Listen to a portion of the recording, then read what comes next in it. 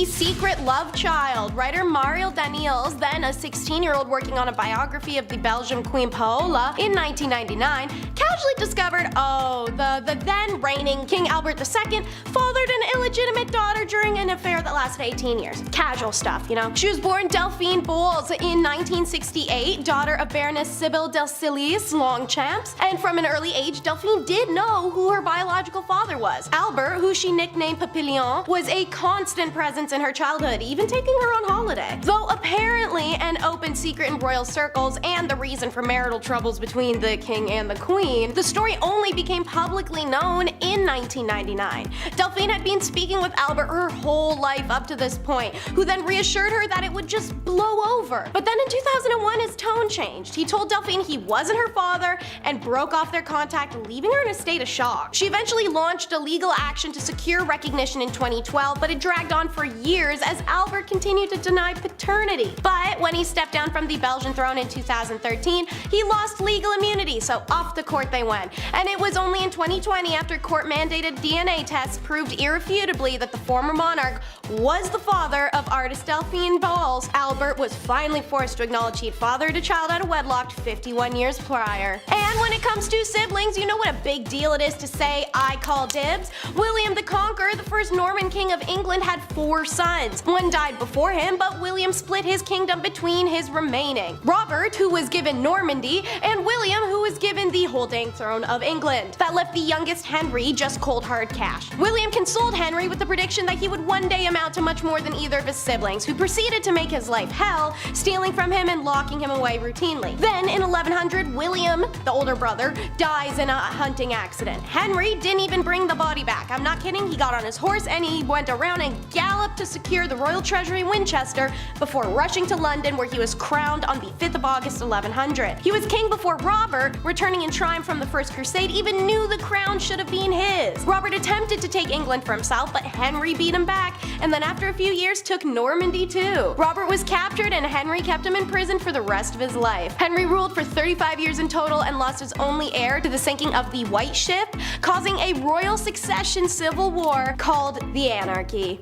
And speaking of dysfunction, it's the crappy Castiles. Born 4th in line to the throne of her parents, Ferdinand and Isabella, Juana was married off to Philip the Handsome of Burgundy at age 16. When a series of sibling deaths made her the heir apparent to Isabella's throne, her husband confined her, using her mother's death in an attempt to press his claim over Ferdinand's for the Castilian throne. Juana already experienced mental illness before this point, and the loss of her mother had been an aggravating factor. Being imprisoned? Yeah, that does not help. After Philip's death in 1506, already known to fly into jealous rages over her husband's mistresses, even reportedly going so far as to attack at least one. Honestly, same energy here, girl. Juana refused to part with her deceased husband's remains for a disturbingly long time and was said to have opened her husband's casket to embrace and kiss him. Juana's confinement continued for another decade after her father's regency until he died. Unfortunately, Juana's husband Philip had spread rumors about her madness when he was still alive, and her behavior after his death didn't help, so her son Charles, who became the Holy Roman Emperor, eventually took over for Juana as regent and then monarch. From then on, it was him who kept her imprisoned and created a fictional world to keep her isolated. No one actually knows if she was crazy or just experienced depression and lived in an era where men undermined her intelligence and constantly threw distressing BS her way. Next up is 2 sets of dirty duos. The extreme punishment of a perceived disgraced royal woman stretches back at bare minimum to, dawn of time. Yeah, we haven't had a lick of peace since men started making rules, to say the least. In 1314, the high-spirited Marguerite and Blanche of Burgundy, daughters-in-law to King Philip of France, were accused of having scandalous liaisons with 2 brothers, Philippe and Gaultier d'Aunay. According to historian Alison Weir, the notorious Queen Isabella of England was the gossip girl who outed her pretty careless sister-in-law's out-of-wedlock romps, which took place primarily in the Parisian tower called Tour de Nesle. Blanche and Marguerite both admitted to their adultery because it was that or death, so I mean, their erasure from public life was swift. They had their heads shaved and they were tossed in the rich white girl dungeon, which isn't that bad. Meanwhile, this is the one time in Western history where the men actually faced a pretty harsh adultery consequence, something usually found in every other area of the world. The brothers had their elephant trunks and boys chopped off while they were awake and alive, and then their nether regions were thrown to dogs, which they had to watch the dogs eat before being brutally executed. Marguerite, technically Queen of France upon her husband's ascension to throne, died in 1315,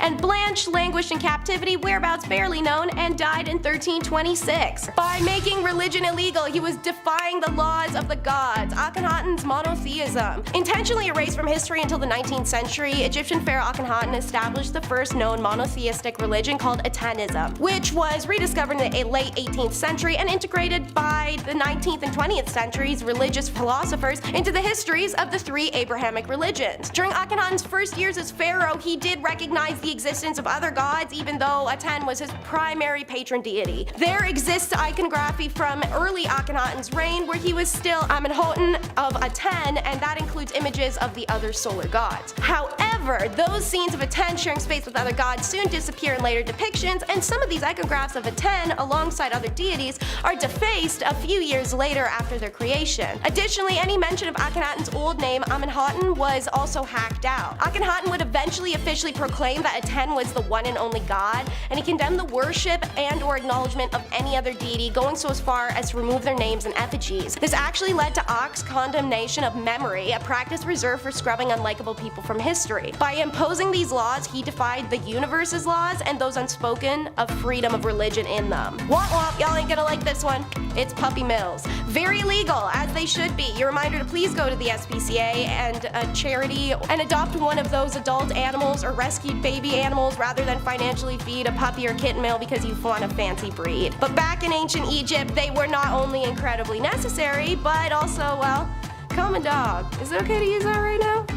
In Saqqara, researchers have discovered burial sites filled with a huge number of mummified animals, nearly 8 million of them, and most of them are dogs. The catacomb in particular is one dedicated to the jackal-headed god Anubis, who represents the afterlife. Archaeologist and Egyptologist Salma Ikram writes that the animal mummification began in ancient Egypt to allow beloved pets to go on to the afterlife as well, to provide food in the afterlife, and to act as offerings to a particular god. Nowadays, people go to church and they light a candle when they wanted some godly handouts, but the Egyptians were in for the long haul. One little flame isn't enough, so instead they would offer a mummified dog. To get a mummified dog, well, Ikram says the huge number of mummified dogs implies, if not completely confirms, the existence of ancient Egyptian puppy mills. As, quote, you don't get 8 million mummies without having puppy farms, and some of these dogs were killed deliberately so that they could be offered. So for us, that really seems heartless, but for the Egyptians, they felt that the dogs were going straight up to join the eternal pact with Anubis, and so they were going off to a better thing. 2,000 years later, Alex is facing his crimes. During his stay in Egypt, Alexander the Great was proclaimed the new pharaoh. He received historic titles associated with the position, such as the son of Ra and beloved of Amun. Whether Alexander also received the elaborate coronation ceremony at Memphis, however, is debated. But what won't be is him being on this list. Fight me, y'all. Although he was in control of Persia by 330 BC, a very drunk and very angry, he stripped royal treasuries as he went through the country and captured Persia's capital, Persepolis, burning it to the ground in a final act of revenge against Persia with all the treasures inside. Alexander the Great's Macedonian army then pillaged the city, destroyed the palace complex, killed almost every single civilian, and then violated and stole the women. So, 2,377 years later, on the 26th of October 2022, Alexander the Great stood trial for war crimes at the UK Supreme Court. He was charged with 4 counts of violation of laws and customs of war during the raising and conquest of Persepolis. The prosecution argued that Alexander was a war criminal who committed atrocities at Persepolis as a deliberate political act. The defense argued that the burning of Persepolis was not politically motivated, rather it was merely a tragic consequence of his drunken behavior. And shockingly, the jury acquitted him on all 4 counts of war crimes. The verdict surprised Lord Legat, the Supreme Court justice presiding, after the jury chose to judge the defendant by the standards of his own time rather than the modern customs of war in the annual Classics for All moot trial. I cannot help but feel some regret that you found deliberate extermination and enslavement not to be war crimes, but so be it, Legat said. Now for something that was a Grecian no, but in Egypt it's a yeah, sibling relations. So, the Egyptian pharaohs wouldn't be breaking any crimes, but with the Ptolemaic dynasty, when they came in, they were Macedonian Greeks, from a land where it was very much a crime to be doing some stuff with your siblings. It's also very much a crime by today's standards everywhere but Alabama. So, the Ptolemies adopted this practice from the Egyptians whom they'd conquered, although this would ironically exclude the native Egyptians. The tradition of sibling marriages appears to have begun with Ptolemy II Philadelphus, who married his older sister Arsenio II. The epithet Philadelphus actually means sibling lover, but they kept it clean. It wasn't until the union of Ptolemy III and Arsenio III that this custom of interfamily marriage resulted in the first birth of an heir. All earlier heirs to the Egyptian throne in the Ptolemaic dynasty had been from the side wives. As noted by historian Sheila Al-Agar, the Greeks clearly believed that interfamily relations were repugnant not only to the gods, but to all right-thinking individuals. Given that the Greek literature sees it as one of the greatest taboos, things did not turn out well for Oedipus after all. There has been a protracted scholarly debate as to why the Ptolemies engaged in it. One of the primary explanations is they were influenced by the local culture. However, the practice of sibling marriage may have also bolstered their legitimacy as authentic pharaohs in the eyes of their Egyptian subjects. Despite this, even though other Greek families had moved to Egypt were also marrying cousins, there is a tendency to blame the Egyptians for the Ptolemaic issue. Now, the insane way in which Cleo learned the toxic limits. Alexandria became a prestigious center of learning and the first medical center of the ancient world. As the last member of the Ptolemaic dynasty, Cleopatra inherited the throne, but also the great inclination of the Ptolemies towards medicine and science. Attracted by knowledge of venoms and poison, Cleopatra began to test them on condemned prisoners to see the different reactions produced in the body and found toxic limitations. By tricking or directly forcing the prisoners into testing these poisons and mixes, Cleo learned oral poisons would cause disturbances such as painful spasms, nausea, abdominal cramps, and slow ends. She even had set snakes on prisoners in order to compare the major effects of venomous snake bites caused by the various species in Egypt, such as vipers or elapids. It has been said that Cleopatra used the cobra to take her own life because it would also make sense in some Egyptian mythology, being associated with the sacred uraeus worn by the pharaohs. However, there are several problems with this theory, and some scholars argue when she decided to take her life, using the information from testing these poisons, she would use a poison that would make sense, that given the possibility to choose the best one, to have a quick and relatively pain-free death. Starting off at our number 10 spot, we have Isabella of France. Back in 1313, Isabella, the daughter of King Philip IV of France, made a gift for a group of noblewomen that her brothers were marrying. She gifted the three women these embroidered purses, and as it turns out, these gifts would soon lead to their demise. Basically, the following year after giving these gifts, Isabella spotted two of these purses in the possession of a pair of knights. You can probably already see where this is going, but of course Isabella was suspicious of this now, so she passed on the information to her father. From here, he had people watch the wives of his sons as a sort of investigation. Soon, two of the wives were found guilty of adultery with the knights, and it was discovered that an old guard tower acted as their secret meeting place. The women were placed into prison for the rest of their lives, and the men met gruesome fates that ensured they paid for their disloyalty. This had lasting repercussions, however, because with their wives in prison, the king's sons now didn't produce any male heirs before they passed away, and thus the 100 Years' War was born when the son of Isabella, Edward III of England, attempted to claim the French throne. In our number 9 spot today, we have the Prince of Brunei. Brunei's prince, Geoffrey Bolkiah, is the brother to the Sultan, and a few years ago he found himself in quite the scandal. Basically, in 1997, Shannon Marketic accused the prince and the Sultan of flying her and many others to Brunei under false pretenses. In this scandal, everyone escaped any kind of charges due to diplomatic immunity. Then we moved to 2000, where the Sultan himself sued his brother for apparently embezzling $14.8 million from the Brunei Investment Agency, which is in charge of things like their oil revenues. While he denies the charges, he agreed to hand over a number of his personal belongings to the government in exchange for avoiding criminal prosecution and being allowed to stay at his residence. This was quite messy for the outwardly luxurious prince, but since then, it doesn't seem as though any major scandals have come to light, and the Sultan remains one of the last absolute monarchs in the world. In our number 8 spot today, we have Ferdinand I.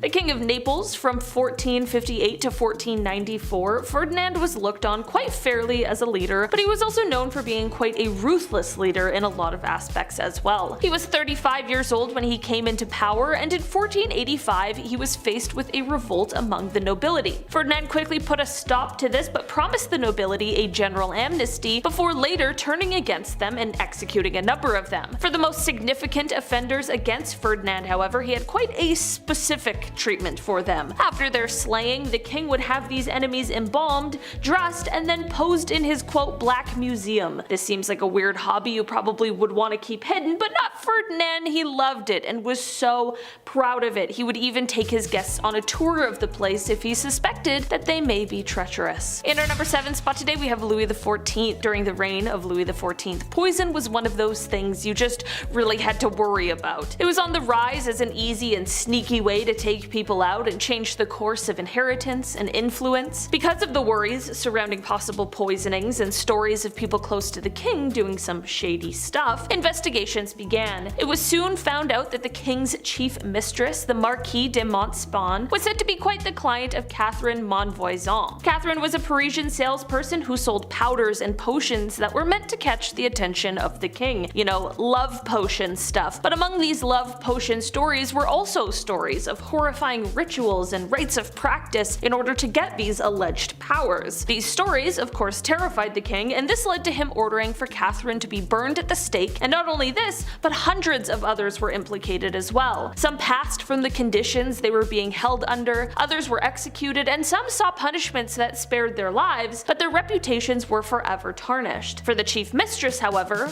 well, although she was connected to this entire ordeal, she was the mother of several of the king's children, and because of this close connection to the king, she wasn't arrested or tried. Instead though, she was retired and sent to a convent to live the rest of her life. In our number 6 spot today we have Sophia Dorothea. Daughter of the Duke of Brunswick-Luneburg, she was betrothed to her first cousin George. Now, history says that George wasn't the most attractive man with the nickname Pig Snout, but George was in quite a position where he was potentially the heir to 2 thrones, so of course the Duke agreed to hand his daughter over in hopes of her securing a crown. Princess Sophia obviously did not like this and apparently fainted when she heard of the betrothal in 1682. The marriage did go through, but things went downhill quite quickly and turned very violent. Flash forward to the time when Count von Königsmarck arrived from Sweden, and suddenly Sophia had a new interest. Not long after his arrival, the pair were having quite the affair that wasn't exactly as discreet as you might have assumed. The pair made a plan to run away together and make a new life far, far away from Pig Snout. Unfortunately, however, the night before the pair were supposed to run off, the Count just disappeared. There are plenty of theories of what might have happened to the Count, including a jealous former lover and of course George. In the end, the rumors were swirling and George was super mad about it, so he divorced Sophia, took the kids and sent her to be imprisoned in a small castle on the lake. In the end, George went on to become King George I of England, and he left Sophia behind. A lesson in theft, the strawberry tiara. Why theft? Because a lot of these stolen jewels are the cursed ones, and it's not clear where the curse of the Hesse-Darmstadt comes from, but the court jeweler points to the strawberry tiara as the culprit. The tiara was designed by Prince Albert, husband of Britain's Queen Victoria, for their daughter Princess Alice to wear on her wedding day. But before he could see her walk down the aisle in it, Albert died of typhoid fever at 42. Alice wore the tiara at her wedding and brought it to Hesse, where exactly 17 years later to the day of her father dying of the disease, Alice died of typhoid, but not before watching one of her daughters suffer and die of it as well. Alice, like Victoria, carried the gene for hemophilia, and through her daughters, Alice passed it on to the Spanish and royal families with tragic results. Perhaps none of that was down to a curse on the strawberry tiara, but then in 1937, 5 members of the Hesse-Ducal family were flying in a relative's wedding when the plane crashed while they were trying to make an emergency landing. Everyone on board was killed, and the strawberry tiara was recovered from the wreckage in one piece. This time, a curse waits 10 generations. Nepal had become a sovereign nation in the 1700s, ruled by Prithvi Narayan Shah, and there are 2 stories for how he became cursed. Both begin with him coming across a supposed hermit. Either what the hermit offers the king food, which he refuses, or the king offers the hermit a bowl of curd, which he eats and then tries to exorcist vomit on the king, who obviously moves out of the line of fire. Either way, the hermit is actually revealed to be the god Gorakhnath, and he was pissed. So, King Shah is told his line would fall after 10 generations. Horrifically, on June 1st, 2001, the then King Nepal Biryendra Bir Bikram Shah Dev and most of his family were together in their palace. For reasons that are still not clear, the Prince Dipendra, the king's son and heir, entered the room loaded with weapons and killed 9 people, including his father, mother, brother, and sister. Dipendra then tried to take his own life and ended up in a coma for 2 days, during which, because of how monarchies work, he was officially Nepal's king by default. Dipendra then dies and the crown is passed to Birendra's brother before Nepal ended its monarchy in 2008. It lasted exactly 10 generations. How a curse of twins led to Zulu defeat? Maybe. The Zulu people had a belief that twins were cursed, and Makabe and her sister Mamana were allowed to live because their father, King Jama, who loved his precious daughters too much, he just couldn't fulfill that obligation. His subjects were not impressed and proceeded to blame everything bad that happened to the Zulu on the curse the sisters carried by being alive. They even blamed them when their own mother died, which was bad news for the clan, seeing as she hadn't provided a male heir before her soul's departure. Makabe continued to buck tradition. When her father died, she became regent for the young half-brother that she had, even though no woman had ever held that position before. The Zulu called her a bloodthirsty despot, but she did step down voluntarily when her brother was old enough. 20 years later, his son, Shaka Zulu, Mayabaki's nephew, would ascend to the throne. Shaka was both a very successful king and a very violent person. He had a thing for killing his own people by the thousands for no reason. So, Mugabe, she arranged for his brothers to kill him. As he died, legend said he cursed the Zulu. You will never rule this land. It will be ruled by the sparrows, who will fly across the sea and build their nests high on the cliffs. It's said this curse brought the oppressive white invaders that overthrew the next king, and the curse of Mabake led to the curse of Shaka, which led to the defeat of the Zulu. If she'd shown mercy, perhaps she'd be spared. Death of 3. Just as you have fired, in the same way one day you too will be killed, said Swami Kapatri on the 7th of November 1966. Since 1965, millions of saints in India had started a huge movement to enact laws on cow killings and cow protection. Indira Gandhi promised to do this as a prime minister and received blessings from the Hindu saint Kapatri. She never did though, so on November 7th of 1966, Gopashtami, the most sacred day for worshipping a cow as per Hindu calendar, a huge crowd of Hindu saints and Gaurashkas staged a peace protest in front of Parliament to demand a ban on cow slaughter and were attacked by the police force, resulting in the death of 5,000 plus Hindus. Indira Gandhi's government deployed an estimated 5,000 buses and trucks to remove any eyewitnesses, refusing to shoulder any responsibility for the attack and blaming it on the Home Minister. This is when Karpatri, devastated, curses her to die the same way she let the Hindus die that day. True to his word, Indira Gandhi is killed by her own bodyguards, the exact same way. And now, I hope you are ready for some curses on curses on curses. Pelops, he's going to marry the princess. He offers a servant a night with her if he helps kill the king. Naturally, it's a total double cross, and once the king is dead, the servant is ordered to be executed by Pelops. So, this basic-ass servant curses Pelops' entire family and even backdates the curse to splinter reality. Tantalus questions the Olympics god's powers and kills his son, King Pelops, and feeds him to the gods while saying it's ox. The gods go, no it's not, and then he's the one cursed to stand in a puddle and he can't drink it, and then he's under the fruit he can't eat forever in the underworld, thus the word tantalized. Third generation, Pelops had 2 sons, Atreus and Thyestes, who then kill their half-bro so they don't gotta share the kingdom with them. Thyestes starts sneaking off with Atreus' wife, so Atreus cooks his sons and feeds them to Thyestes. What is with this family doing that? Atreus himself fathered 2 sons before he was killed, named Agamemnon and Menelaus. They married Clytemnestra and Helen, who gets kidnapped and causes the Troy War. On the way there, Agames talks crap about Athena, who stops the wind and strands them at sea. Only answer, Agames has to sacrifice his daughter. He does so to the horror of his wife, and the wind returns and takes them to Troy, where they win the war. Oracle concubine Cassandra, cursed by Apollo for not wanting to bang him, foretells his wife Clyte will smoke Agam for this, which she 100% does. Then Cassandra dies too, as foretold. Agam's son, Orestes, comes home to his sister Electra, now the 6th generation of the curse. Persuaded to avenge their father, he commits the horrible Greek crime of matricide and is so shunned by everyone he starts being tormented by fury demons. Within the day of her mother's death, she learns her betrothed took his life, so Electra does the same. Orestes is now completely alone, praying to Apollo. The god suggests, hey, take it to Athena for intervention. They put on the first trial in history in Athens. The jury voted. 5 voted guilty, 5 voted innocent. Athena broke the tie in Orestes' favor, and with that result, it seems the curse is now done. Orestes returns home to his kingdom to take his father's throne. However, he never marries and has no living family, so the curse of the house of Atreus ended with him, even if Athena hadn't sided with him. Number 10. Queen of hating her daughter. Starting off this list with a bang would have to be the utterly despicable Maria Eleonora of Brandenburg, the Queen of Sweden. Queen Maria here seems to be guilty of the crime of attempted delifing. That's a pretty crazy thing for a queen, but it gets even crazier when you find out it was her own daughter who she tried to do this to. For some reason, when the queen gave birth to her daughter, who she wanted to be a son, she instantly thought of her sweet, innocent little daughter as a dark and ugly monster with black eyes. Gotta love coming into this world and being hated purely for existing. As she saw her as a monster, Maria tried to have her daughter dispatched multiple times, and I don't know what this crime would be called, but she even forced her daughter to sleep next to the rotting corpse of her own father. Maybe that's the true crime here, because this is messed up.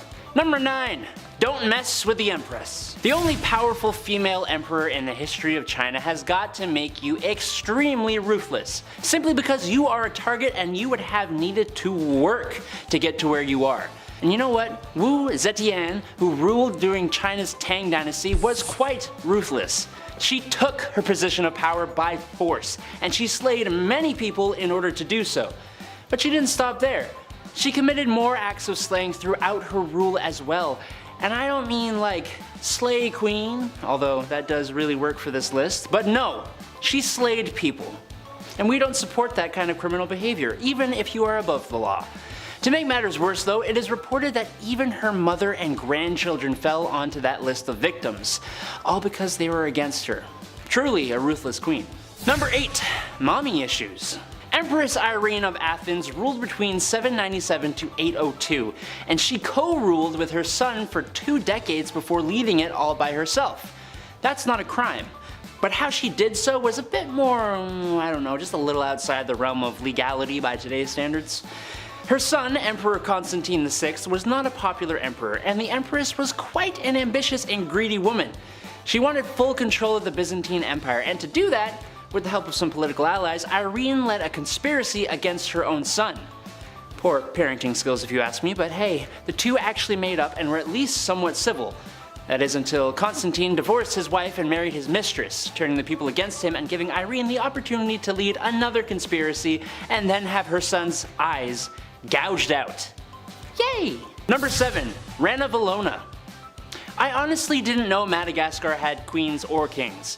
That's not because it doesn't make sense, I'm just dumb. Thanks to me being a young child, I thought the only royalty Madagascar had was King Julian, you know, like the lemur. King Julian! Like that King Julian. But they did have kings and queens, and one of these queens was pretty damn brutal. Queen Ranavalona I ruled Madagascar between 1828 and 1861, and there is absolutely no doubt that she would do anything for her kingdom. After King Radama I, her husband, passed away, she took over the crown, and during her reign, she put a lot of people to the axe, or whatever way they executed people in Madagascar. Her uncle was one who met the sticky end to protect her power.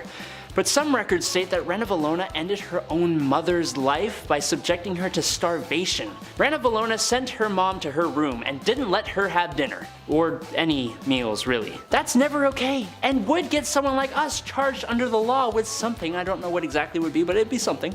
Number 6.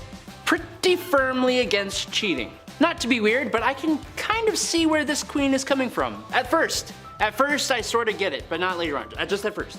Henry II of France had a lifelong affair with his mistress, Diane de Poitiers, and even while on his deathbed, he begged his own wife, Queen Catherine de Medici, to allow him to see her. Kind of really disrespectful to your wife, but I guess he loved his mistress too. I'm kind of confused on the morals of this. However, the queen was not confused on the morals and didn't give in to his plea. In fact, she even denied Diane entry into the room, letting the king pass away without having his dying wish granted. Damn. That ain't a crime. This queen had a daughter who took after her dear old dad when it came to the whole monogamous relationships, meaning she didn't really have them. When the queen mother found out about her married daughter's new romantic interest, she locked her daughter up in a castle and never saw her again. But she became even worse when she ordered her daughter's romantic interest to be executed in front of her. Now that is rough. And while she didn't do the deed herself, giving the order is kind of bad enough. It gets worse. Her son, King Henry, didn't like that she cruelly did this to her own daughter, so she had him dispatched as well. My goodness. Number 5, the Medellin cartel. You ever seen Narcos? Okay then, moving on to the next point. I'm just kidding. Pablo Escobar, Colombia. The Medellin cartel was a joint operation between multiple different Colombian traffickers and was in business from 1972 to 1993 in a huge amount of territory. Colombia, Panama, California, New York, Florida, Peru, the Bahamas, Canada. They were moving literal tons of snow each year at the height of the operation, making around $60 million a day. A day. It became political in its later years, and becoming political always ruins pretty much everything, so. Number 4, Hell's Angels. As a large white dude, there's something that happens to us when we reach middle age. We get bigger, the bellies hang a little lower, hair grows silver and thinner, our skin begins to darken from years of neglect and binge drinking in the sun while tanning with cigarettes. Yes, that's right, it's time to buy a motorcycle, says the little voice in our heads. What? No, I'm not going through a midlife crisis. This is something said by all Hell's Angels members, or your dad, or your uncle, at one point. Despite being a fun weekend club for dads and uncles to ride bikes and all the good stuff they do, the club sadly has more police investigations than a nefarious motorcycle club that has ulterior motives. Yeah, it's not good. It's not all good stuff. Unaliving, smuggling, well, you get the point here. I'd be here all day listening to all the naughty stuff. At least I'm not insecure about my aging though. I wonder how much a Corvette is. Number 3, the Chicago Outfit. The Chicago Outfit was founded in 1910 by Big Jim Colosimo, but its main first leaders were Johnny Torrio and none other than this one guy, you might have heard of him, Al Capone. When they first cropped up, the South Side Gang was fighting gang wars over distribution of alcohol during the Prohibition, but they've moved on to bigger and better things. You know, cheerful stuff like loan sharking, illegal gambling, extortion, political corruption, and that kind of wholesome activity. The outfit has been one of the most powerful, violent, and largest unified criminal organizations in the Midwest of the US. Number 2, Oil Baron. John D. Rockefeller, the richest American, the CEO's CEO. The owner of Standard Oil, but more importantly, the first oil baron, and really the first man to own a monopoly on the oil industry. Yeah, that's right, I'm throwing a little corporate crime your way. I was gonna put Adam on the list here as a joke, but he didn't want me to bring up his jail time. Hey! Nah, I'm just kidding, he didn't go to jail, but he should be arrested though. For being so gosh darn cute, right? Anyways, all joking aside, John D. Rockefeller's wealth was impressive. Today, with inflation, it would sit somewhere in the hundreds of billions. My god. Yes, the family still has the wealth, and no, sadly, I'm not related. Why I bring him up is because laws were created after this manipulation of the oil industry, and the reasons for is absurd wealth. They were created because of him. That's insane. Dude's got a whole square in New York. I can't even afford a closet at those prices. Oh man, someone adopt me. Number 1, the Cray twins. Reggie and Ronnie Cray. It's the Cray twins, innit? These identical twin brothers were the heads of crime in the East End of London, England in the 1950s and most of the 1960s. They were intermingled with politicians and entertainers through their nightclubs. People like Frank Sinatra and Judy Garland. With friends like that, you're bound to be a celebrity yourself. That doesn't seem helpful though when it comes to being a criminal though, especially when one of you is literally insane. The Cray twins ran the organization known as the Firm, which was involved in crimes like armed robbery, arson, protection rackets, and assault. All the stuff that Andrew does in his spare time. Hey! I am being held against my will. Please call the authorities. Just kidding, he's great, he's great, he's great.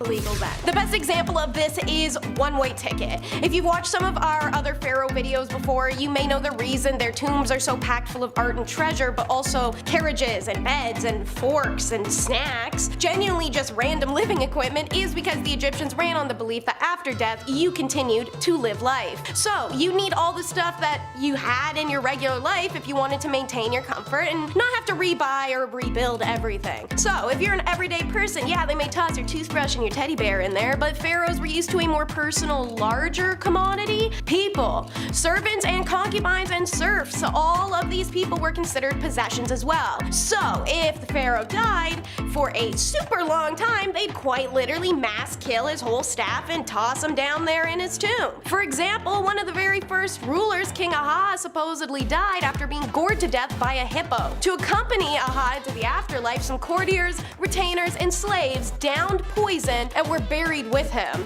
Sometimes, if the rumor is true, these peoples would also simply be sealed into the tombs alive. Suffice to say, crime. Very big crime. Very big crime. While that wasn't a big deal then, however, the Tushratta agreement violations was. Tushratta, the king of Mitanni, who was another close ally of Egypt's, had given his daughter's hand in marriage to Akhenaten, the father of Amenhotep, aka King Tut. Upon his father's death, the young pharaoh married the Mitanni princess as well, making her one of the lesser wives. Let's be real, Nefertiti had homeboy's heart, soul, and boys in a chokehold. Tushratta sent Akhenaten many letters to protest the fact that he'd never received the agreed upon bride price of solid gold statues and instead had only been sent gold-plated wooden ones. Cheapos. The pharaohs didn't avoid all diplomatic matters, just ones they didn't personally entrust him. His attention was primarily focused on religious reform and life within his palace. This Persian pharaoh was a known prick and animal hater. The Persian son of Cyrus the Great, after Cambyses' nation conquered Egypt though, he was put in charge of that country. And so he was the ruler of Egypt and, apparently, someone who hated animals. This is the psycho who strapped cats onto shields to gain entry into Egypt, put on fights between lion cubs and puppies, and once killed the sacred Apis bull, a literal crime in ancient Egypt punishable by death. When Cambyses returned to Memphis after an unsuccessful military campaign in the south, Apis' new reincarnation happened to appear in Egypt the same day, which is a massive call of celebration. When Apis appears, the Egyptians all at once don their best clothes and they hold a festival. Seeing this, Cambyses is convinced they're celebrating his misfortunes, so he summoned the rulers of Memphis and demanded to know why the Egyptians were behaving this way. They answered that a god had appeared and it was custom for Egyptians to rejoice that occasion. Cambyses is unconvinced though and claims they're lying and has them put to death. He then next summons the priests, who told him the same thing when he asked. He replied that if a tame god had come to Egypt, he would know about it. Then he ordered the priests to bring Apis before him, which they stupidly do. When the priests lead him in, Cambyses draws his dagger and stabs the bull. Laughing at their screams of horror, he said to the priests, "Are these your gods, fools of flesh and blood who can feel the bite of iron? This is a fitting god for Egyptians, but I will teach you to make a laughing stock of me." He then ordered all the priests whipped and any other Egyptians celebrating to be killed. So the festival ended and the priests were punished, and Apis lay in the temple until it died, and they had to secretly bury it. This was arguably kinda a crime, kinda not. It's Cleopatra, sibling annihilator. And she is nowhere near the only one. Egyptian pharaohs loved to smoke their own siblings, kids, nephews, to ensure any kind of throne claim. That's why, yeah, it was a crime, but who's gonna do something about that, and what can you do that won't make you the next coup victim yourself? Power grabs and murder plots were as much a Ptolemaic tradition as inter-sibling marriage, and Cleopatra and her brothers and sisters were no different. Her first sibling husband, Ptolemy the bajillionth, ran her out of Egypt after she tried to take sole possession of the throne, and then the pair later faced off in a civil war that she won by shacking up with Uncle Caesar. Ptolemy then drowned in the Nile. Following the war, Cleopatra married her younger brother, and she is believed to have killed him not long after, as the marriage was just to ensure her and Caesar's son, Caesarion, was next in line. In 41 BC, she also engineered the death of her sister Aranso, who was considered a rival to the throne. So yeah, I'd say a bunch of killing coups. That's a crime. Nothing like a klepto-gaslighter king, though. Amasis' crime was literally being a petty thief. Absolutely zero yard cred for that one. Dude was a raging alcoholic, nympho, and made it to the throne by being sent to calm down a rebellion, but instead chose to join it and lead it, overthrowing the pharaoh and earning him his throne. Ever a master of tact, he sent the king his declaration of war by actually lifting his leg and farting and telling the messenger to take that back to the king. He's that guy. But what was most hilarious, at least to me, was the fact he's a kleptomaniac that would steal his friend's stuff, then put it in his house, invite those friends over, intentionally bring them to the room where the item was, and then try to convince them that they'd never owned it in the first place once they'd seen it. This is the single most frat boy personality I've come across in ancient times, anywhere, and it's glad to know that it actually does come from somewhere. Number 5. Julia Agrippina, Nero maker. Yes, making Nero should be considered a crime. But honestly, Julia Agrippina of Rome did quite a bit more than just that, and I can see where Nero got it all from. You see, Agrippina wanted to be in power, and when her uncle, Emperor Claudius, separated from his wife due to a scandal, Agrippina saw an opportunity, no matter how messed up it seems to both us and the people of the time. Agrippina seduced her uncle, became his fourth wife, and by extension, became the empress. But it doesn't stop there. She manipulated her uncle husband into making her son Nero heir to the throne and set up a marriage between Nero and her daughter-in-law Octavia. It's even rumored that she poisoned the food that ended her husband's life, allowing Nero to rise to power, which really bit her in the butt when Nero had her assassinated. What is this crazy family? Good God. Number 4. Queen Theodora. Queen Theodora was scandalous before she even became queen. She was involved in theater from a young age, and one of her most well-known character portrayals involved her stripping down to next to nothingness. But her acting career slowed right down when she met and married Justinian I, who was the heir to the throne of the Byzantine Empire. The two of them were as thick as thieves and ruled together, but that doesn't mean she didn't have a knack for dispatching of those who threatened her position. She was scandalous, but she did way more good than she did bad. She set up houses for ladies of the night, worked for women's marriage and dowry rights, and banished brothel keepers from the Byzantine Empire. She was also a huge supporter of monophysitism. I hope I said that right. She's even considered a saint in the Eastern Orthodox Church of the modern day. Killing it, Theo. That's kind of a bad joke, actually. Number 3. The Great She-Wolf of France. Queen Isabella of France started off her queen life married to Edward II of England, who preferred the company of men to his own wife. This is obviously a precarious and possibly extremely frustrating situation to find oneself in, but she kept it bottled up and even gave birth to a son, Edward III. Until it all came to a head when her husband found a new favorite. She visited France and had an affair with Lord Roger Mortimer, an exile from England. But the better twist came when Isabella, alongside Mortimer and a mercenary army, invaded England, took the throne, and she became queen regent for her son Edward III until he came into power. She also was probably responsible for the dispatching of her husband Edward II while he was captured. Eventually her son would come into power, and she was imprisoned for 2 years before being allowed to live a quieter life in retirement. Number 2. Queen Fredegund. I was constantly double-taking almost the entire time I was reading about this woman. She was crazy ruthless, and all seemingly for the betterment of both her bloodline and the Merovingian kingdom. She became queen in the 5th century, marrying King Chilperic, and organizing the death of Queen Galswintha and sending Queen Odovera to a convent. When Brunhild, a big enemy for the king, and sister of the late queen, swore vengeance on them, Fredegund brutally destroyed Brunhild's husband and sisters, destroying them as in that kind of thing. The queen also made sure that all of the other heirs to the throne stopped breathing, making it a sure thing that her bloodline would occupy the Merovingian throne. Her son, Clotaire II, was only a baby when the king met his end in 587, so, of course, this ambitious queen rose up to power, fighting battles, quelling rebellions, and ensuring the smooth running of the Merovingian kingdom in her role as queen regent. She met her end in 597, 10 years after her husband, but Clotaire II continued in his mom's footsteps, having Brunhild and all her descendants removed from existence, resulting in 20 years of peace. So it's good. Number 1. Cleopatra. A list of scandalous queens would not be complete without one of the most well-known and famous rulers in history. Cleopatra VII Philopator was the last pharaoh Egypt ever had, reigning from 51 to 30 BC. Her life was full of scandal. When she first came into power, she was co-ruler with her husband and brother Ptolemy XIII.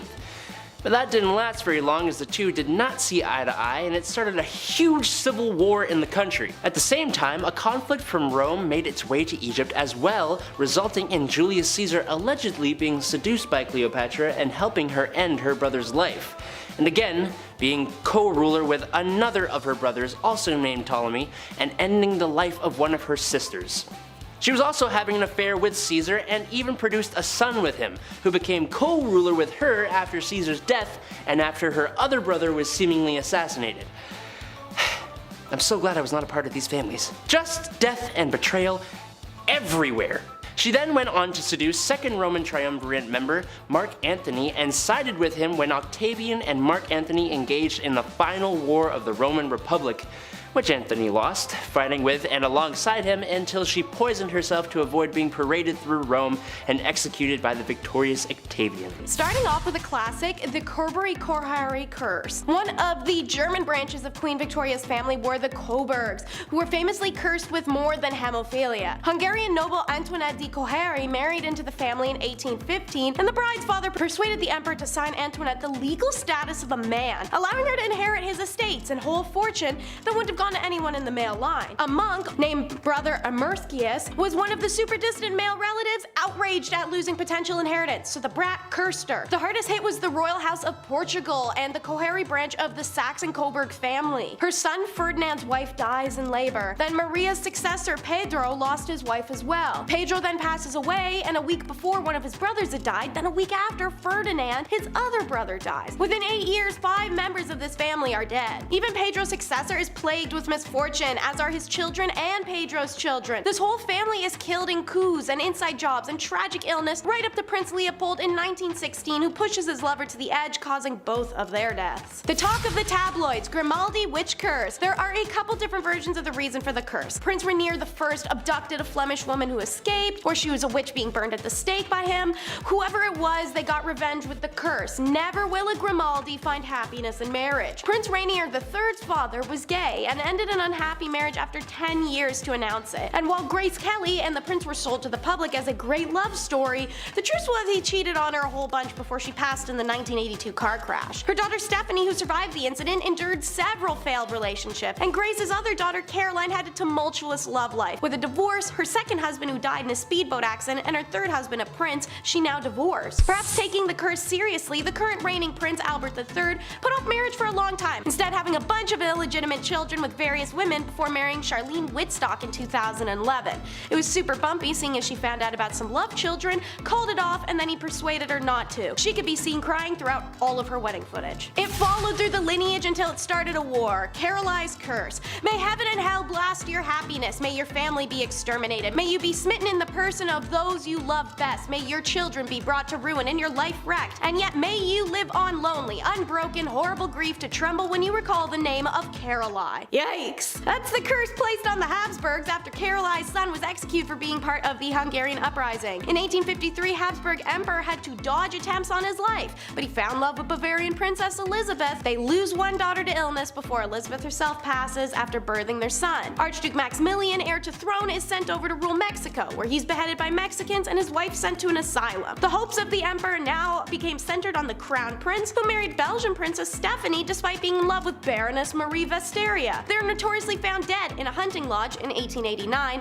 and it's ruled they've taken their own lives with no investigation ever done. The case is still known in Austria as the Mayerling mystery. I could keep going through generations of this curse, but I'll say it hits its crescendo with the killing of Archduke Franz Ferdinand, and we all know what happens and what started that. Next up, the prophecy as promised. Amamalama placed a curse on the Raja Wadiyar of the Mysore kingdom in the early 15th century when he came to take her husband's throne.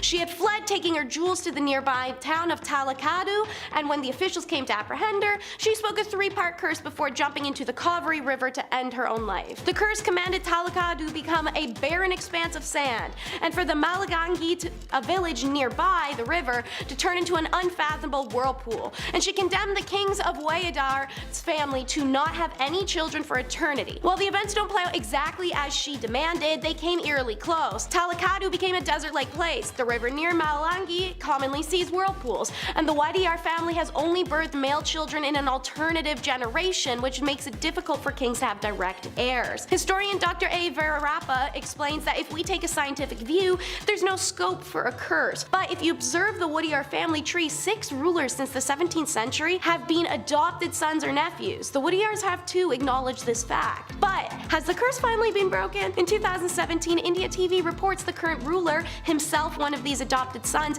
and his wife welcomed the first Wadiyar baby in 54 years. It's one we all know, and we can probably sing, "Rah rah Rasputin warned them." The Romanovs were the last royal family ruling of the Russian Empire, and they had ruled the country for 400 years. Obviously, by the 20th century, it's about time for some change, and the Romanov dynasty was facing some serious challenges. I mean, we got World War I raging, famine and war-stoked aggression groups, and the Romanovs only only son Alexei was the sole heir and had hemophilia, which was a huge issue then. But Rasputin was able to keep the boy from dying on 5 separate occasions. Needless to say, from the perspective of the Romanovs, Rasputin was the only thing keeping the dynasty and empire alive single-handedly. Rasputin, however, issued a prophecy early in his life, before he even met the Romanovs, a vision that if someone killed him, their entire family would die with him at the hands of the Russian people. He made sure to be a broken record about this too. Well, his warning failed to discourage Felix Yusupov, who poisoned, jabbed, pew-pewed, and strangled, then drowned Raspy. And Felix was the cousin of the Tsar Nicholas of Romanov dynasty. Just like that, Rasputin's death was the end of the Romanovs, as just a few months later, the Russian Revolution swept the monarchy out of power, executing all of them and making Rasputin's prophecy come true. In our number 6 spot today, we have the Rockefeller family. The Rockefeller family is a very prominent American family that has played a very significant role in business, politics, philanthropy, and society for over a century. The family's wealth really started out with John D. Rockefeller, who founded the Standard Oil Company in the late 19th century and became one of the richest men in history. John actually had a major impact on the American economy, transforming the oil industry and creating a very vast empire that completely dominated the market. His business practices, including aggressive competition and horizontal integration, drew both admiration as well as criticism. The Rockefellers also had a hand in helping the construction of the United Nations, and they also founded Bilderberg, which is where the most powerful people in the world meet up. Other notable members of the Rockefeller family include Nelson Rockefeller, who served as governor of New York and vice president of the United States, and David Rockefeller, who was a very prominent banker and philanthropist. The family continues to be involved in various industries and philanthropic activities,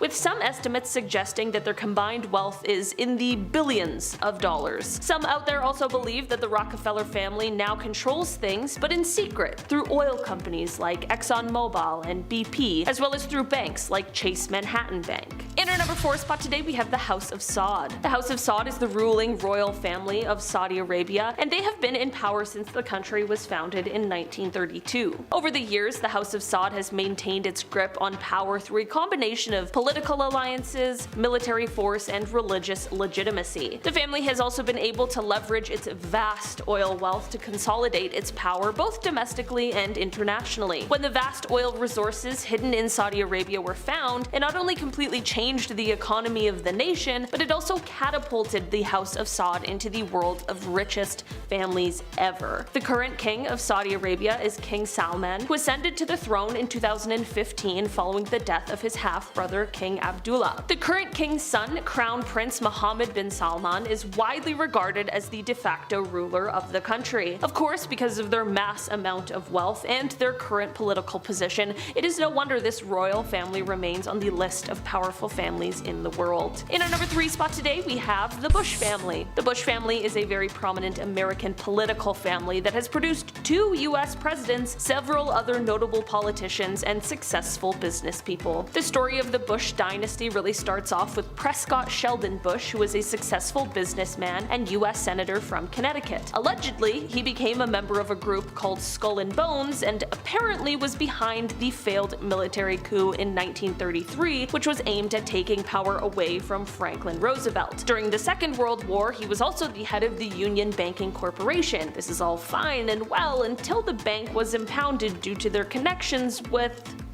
well, you know who, the evil head of the Second World War. The Bush legacy continued on with his son, George H.W. Bush, who served as vice president under Ronald Reagan and was later elected president in 1988. George H.W. Bush's son, George W. Bush, served as governor of Texas and was also elected president, serving from 2001 to 2009. For people around my age, this is probably the most well-known member of the Bush family, and that is due to the multiple scandals surrounding his presidency, which would include the Iraq War as well as the response to Hurricane Katrina. Other notable members of the Bush family include Jeb Bush, another son of George H.W., who served as governor of Florida and ran unsuccessfully for president in 2016, as well as Neil Bush, who is also a businessman. Overall, the Bush family has had a significant impact on American politics and public life, and their legacy continues to be felt today. In our number 2 spot today, we have the Cook family. The legacy of the Cook family dynasty legacy really all starts back with the founding of the Cook Company. The company was founded by Fred C. Cook in 1940 and was later taken over by his sons Charles and David, who transformed it into a major conglomerate. Today, Cook Industries generates billions of dollars in revenue and employs tens of thousands of people around the world. The Cook brothers were also known for their significant involvement in conservative politics and advocacy. They were major donors to a variety of causes and organizations that promoted limited government, free markets, and individual liberty. The brothers also founded and supported a number of think tanks and political organizations, including the Cato Institute, Americans for Prosperity, and the Charles Cook Foundation, of course. David Cook did pass away a few years ago in 2019, but Charles is still involved, and Cook Industries is said to bring in over $1 trillion in annual revenue, which makes it one of the largest private firms in America. Some speculate that this mass fortune is sometimes used to assist in having a hand in political influence. Finally, in our number 1 spot today, we have the Soros family. This family is perhaps best known for its patriarch, George Soros, who is a billionaire investor. Born in Hungary in 1930 and surviving through the atrocities of the Second World War, George would later become a very successful investor, earning his fortune through his hedge fund, Soros Fund Management. It is said that George and his success could largely be attributed to a very famous moment in history. On September 16, 1992, George helped his fund bring in $1 billion in a single day, and he did this by short-selling the British pound. This day would go on to become known as Black Wednesday and went on to solidify him being known as, quote, the man who broke the Bank of England. Today, his family, which includes his children, is among the most powerful families in the world due to their active geopolitical actions. Their influence and interest extends beyond the financial sector, as they are also heavily active in politics as well. Number 10. Bonnie and Clyde. It probably doesn't get any more infamous and more literal than a crime family when talking about Bonnie and Clyde. They were married, they were husband and wife, makes sense. Part of the gangster era in the 1930s America, Bonnie and Clyde were some of the worst crooks you could come across. Responsible for jailbreaks, bank robberies, unaliving police, and just looking nasty while doing it. A real sweet couple. Their days of crime came to an end when police finally caught up with a young dangerous couple and welcomed them with a barrage of bullets. Bonnie and Clyde were not great actors, but after that they did a great Swiss cheese impression. Fought the law, and the law won. Number 9. The Winter Hill Gang. One of the most successful organized crime groups in American history, the Winter Hill Gang was actually a team of a bunch of Boston area crime groups. The Irish-American group ran around all over Goodwill Hunting Stopping Ground and were best known for fixing horse races. The gang was famously taken over by James J. Whitey Bulger, who is just an absolutely lovely person. We should just tell him to go watch that movie with Johnny Depp. What's it called? That movie, you know, it's that one. Yeah. I don't remember what it's called. Apparently he does a really good job. The gang disbanded in the late 90s-ish, or at least as far as I know. Number 8. Lucchese family. This is a list of the worst and most dishonorable families, so there was a good chance that La Cosa Nostra was going to show up here. Organized crime is nothing new in America. Cities like New York and Chicago have a beautiful Italian-American culture, but also the mafia. Don't forget, they're there too. One such is the Lucchese family. The same one featured in Goodfellas. Now go see that movie. That's a classic. I know the title of that one. Go see that one. It's a good one. The family was responsible for enough crimes to make the rap sheet wrap around your head twice. Most famously, however, was the Lufthansa heist. A heist at JFK Airport back in 1978, stealing an estimated $5.7 million. Now remember, keep your mouth shut and never rat on your friends. Number 7. Camorra. Everyone always talks about Italian-American families, but never forget about the motherland. 1, because they are still around to hurl meatballs at you, if you do, and 2, the meatballs they toss to you are the kind you ain't coming back from. The most successful of the Italian mob families, the Camorra has been around since back in the 19th century, just like awkward first dates. In modern times, they pull in around $4.9 billion per year from all kinds of illegal enterprises, from trafficking firearms to extortion. They got their start offering protection services in the 1800s during Italy's violent political struggles, and they've been killing it ever since. It's kind of a bad joke. Number 6. The Jesse James Gang. The real-life Wild Wild West bank robber, the man, the myth, the literal legend, Jesse James. Every cowboy stereotype fits here. Facial hair? Check. Rough and rugged persona? Check. Robbing and looting with your favorite pair of 6-shooters? Checarino. That's right, neighbor. No stagecoach was safe, no lady and her baubles were safe.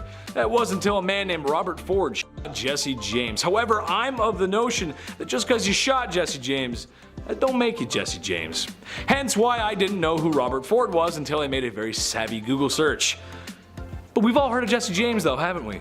Strange how that works. A family gang of four so ferocious they have a catchy nickname to prove it. The Benders. The Benders settled in isolated Labette County, Kansas in the early 1870s following the New Spiritualism movement. This is because Kate, in her early 20s, was renowned for performing seances that showed off her psychic abilities at the store inn that the family ran. But this wasn't as picturesque as it seems. Historians are very confident that the Benders, living as a husband, wife, young adult son, young adult daughter dynamic, actually weren't even related, and none of them were even named Bender. Well, it'd be no biggie if it wasn't for the fact so many people who happened to pass through Labette County never made it to their final destinations, including a well-known local doctor, William York. After a community meeting about York, attended by both of the male Benders, it resulted in a search party formation, and it was soon noted that the Bender homestead appeared recently abandoned and full of evidence. Near the table where the guests were served was a trap door, and the foul-smelling hole beneath the door was just full of blood and gross stuff. The ground in an orchard nearby the house has been carefully plowed, but one small section was noticeably indented. The ground was dug up and revealed the decomposed body of Mr. York. 8 more bodies are found, skulls crushed, throats cut. Guests at the inn were urged to sit at the place of honor, which was a curtain dividing the house's rooms. While dining, the guest of honor would be hit in the head with a hammer from behind the curtain, his throat cut, and then his body dropped in the trap door to the cellar Sweeney Todd style. Their motive? Robbery or the thrill of it? Nobody actually knows, because despite a reward and several substantial claims of their capture at the hands of various posses, the Benders appear to have gotten away with it, and their grim story continues to intrigue. One of the few mafiastos to be executed is Louis Lepke Buccialter. Nicknamed Lepkele, Little Louis in Yiddish, then shortened to Lepke, this crime boss was a quiet man for years, managed to avoid public spotlight. In conversations with criminal associates, Lepke preferred listening over talking. He was an overall nice man, appreciated by the community for how he aided his neighbors. He generously compensated his crew members and took them to hockey games, boxing matches, and even winter cruises. He married a widower named Betty and adopted Betty's child from the previous marriage. In the early 1930s, Lepke created an effective process of performing contract killings for the Cosa Nostra mobsters. It had no name, but the press 10 years later called it Murder Inc. The Cosa Nostra mobsters wanted to insulate themselves from any connection to these killings. So, Lepke's partner would relay the contract request from the Costra to Lepke, who would assign it to a street member who had no connections with any major crime family. If they were caught, they could not implicate the Costra members in the crime. They were soon completing jobs all over the country for their mobster bosses, grossing over $1 million in profit per year. Ultimately, Lepke is cornered and forced to surrender after 3 years of hiding when the killing of Joseph Rosen, an informant, goes awry. He's tried for the killing of Rosen alongside 3 other murders, and Lepke is found guilty and sentenced to death. He exhausts his 4 appeals, but is executed by electric chair in 1944. You never know your neighbors, especially if they were Inessa, Roman, and their daughters. Inessa, a kindergarten teacher, and Roman, a successful dentist. Together, Inessa's daughters from her first marriage, 25-year-old Victoria, and just shy of legal daughter Anastasia, are responsible for the violent deaths of at least 30 people across southern Russia. Inessa and her family were highly organized, using information from Roman's sister and brother-in-law who had police connections to organize their crimes around police activity. This is because Inessa liked to go after police officers, as one had left her for another woman in the past. And her current husband didn't feel like she was living in the past either? Okay, alright. Their victims weren't exclusively police officers, however. The family MO was breaking and entering the houses of sleeping families while they road tripped under the guise of going on monthly camping trips. One victim was a police officer named Ivan, who was killed when he attempted to stop members of the gang from fleeing the scene of the crime. Roman was eventually killed in a bloody standoff with police, and Inessa was arrested. A search of the family home uncovered a slew of weaponry, a complete arsenal. Inessa, Anastasia, and Victoria all confessed to their crimes, the 6-year reign ending. Vladimir Markin, the chief of Russia's equivalent to the FBI, said, "I'm sure that when they were together, one could hardly imagine that they could even plan a crime." It sounds so much more innocent than it is. The Bean Clan. Picturesque Scotland, a land of mystery and rolling dewy fields, glens, and hills that 100% have eyes. That's right, we're talking about the freaks who inspired the nauseating horror movie that we're never gonna forget anytime soon. Back in the 16th century, Alexander Bean and his partner, Black Agnes Douglas, set up home in a hidden sea cave and started popping out babies. Why? I don't know. Why a cave? Again, I don't know. Maybe they just wanted the saltiest and driest sinuses and intercourse ever. Well, the weirdos never left that cave, and they never let any of the kids leave it either. By keeping it in the family, the clan eventually grew to about 45 members, all starting from just the 2. Jobs were hard to come by when you're not part of society and potentially terrifying looking from inbreeding, so why not just murk and eat travelers whenever you're feeling peckish or want a new shirt? That's exactly what they did, operating only at night and retiring to their cave by day where they could enjoy a roasted meal of unfortunate victims and rest like weird hick vampires. Locals had no idea what was going on because they weren't being picked away at like croutons from the veggie tray, and the Bean clan survived doing this for 25 years, munching down on what's estimated to be about 1,000 people. Naturally, it eventually gets found out by the locals and they decide to do an old-fashioned mob style on this one. They descend on the cave and cut the off the men, followed by their hands and feet, leaving them to bleed to death. Everyone else was burnt alive. I'm sure if they could have, these weirdos would have attended their own massacre just to snack on their own cooking remains. And now the most dysfunctional family in history, the Ptolemies. The last dynasty of Greek Egypt. Their first 3 monarchs of the dynasty were capable, vigorous sorts that did things like build the great library at Alexandria on their weekends off. But from the 4th century forward, it was nightmarish. It's like they were on a game show where you tried to kill as many of your close relatives as you were able, preferably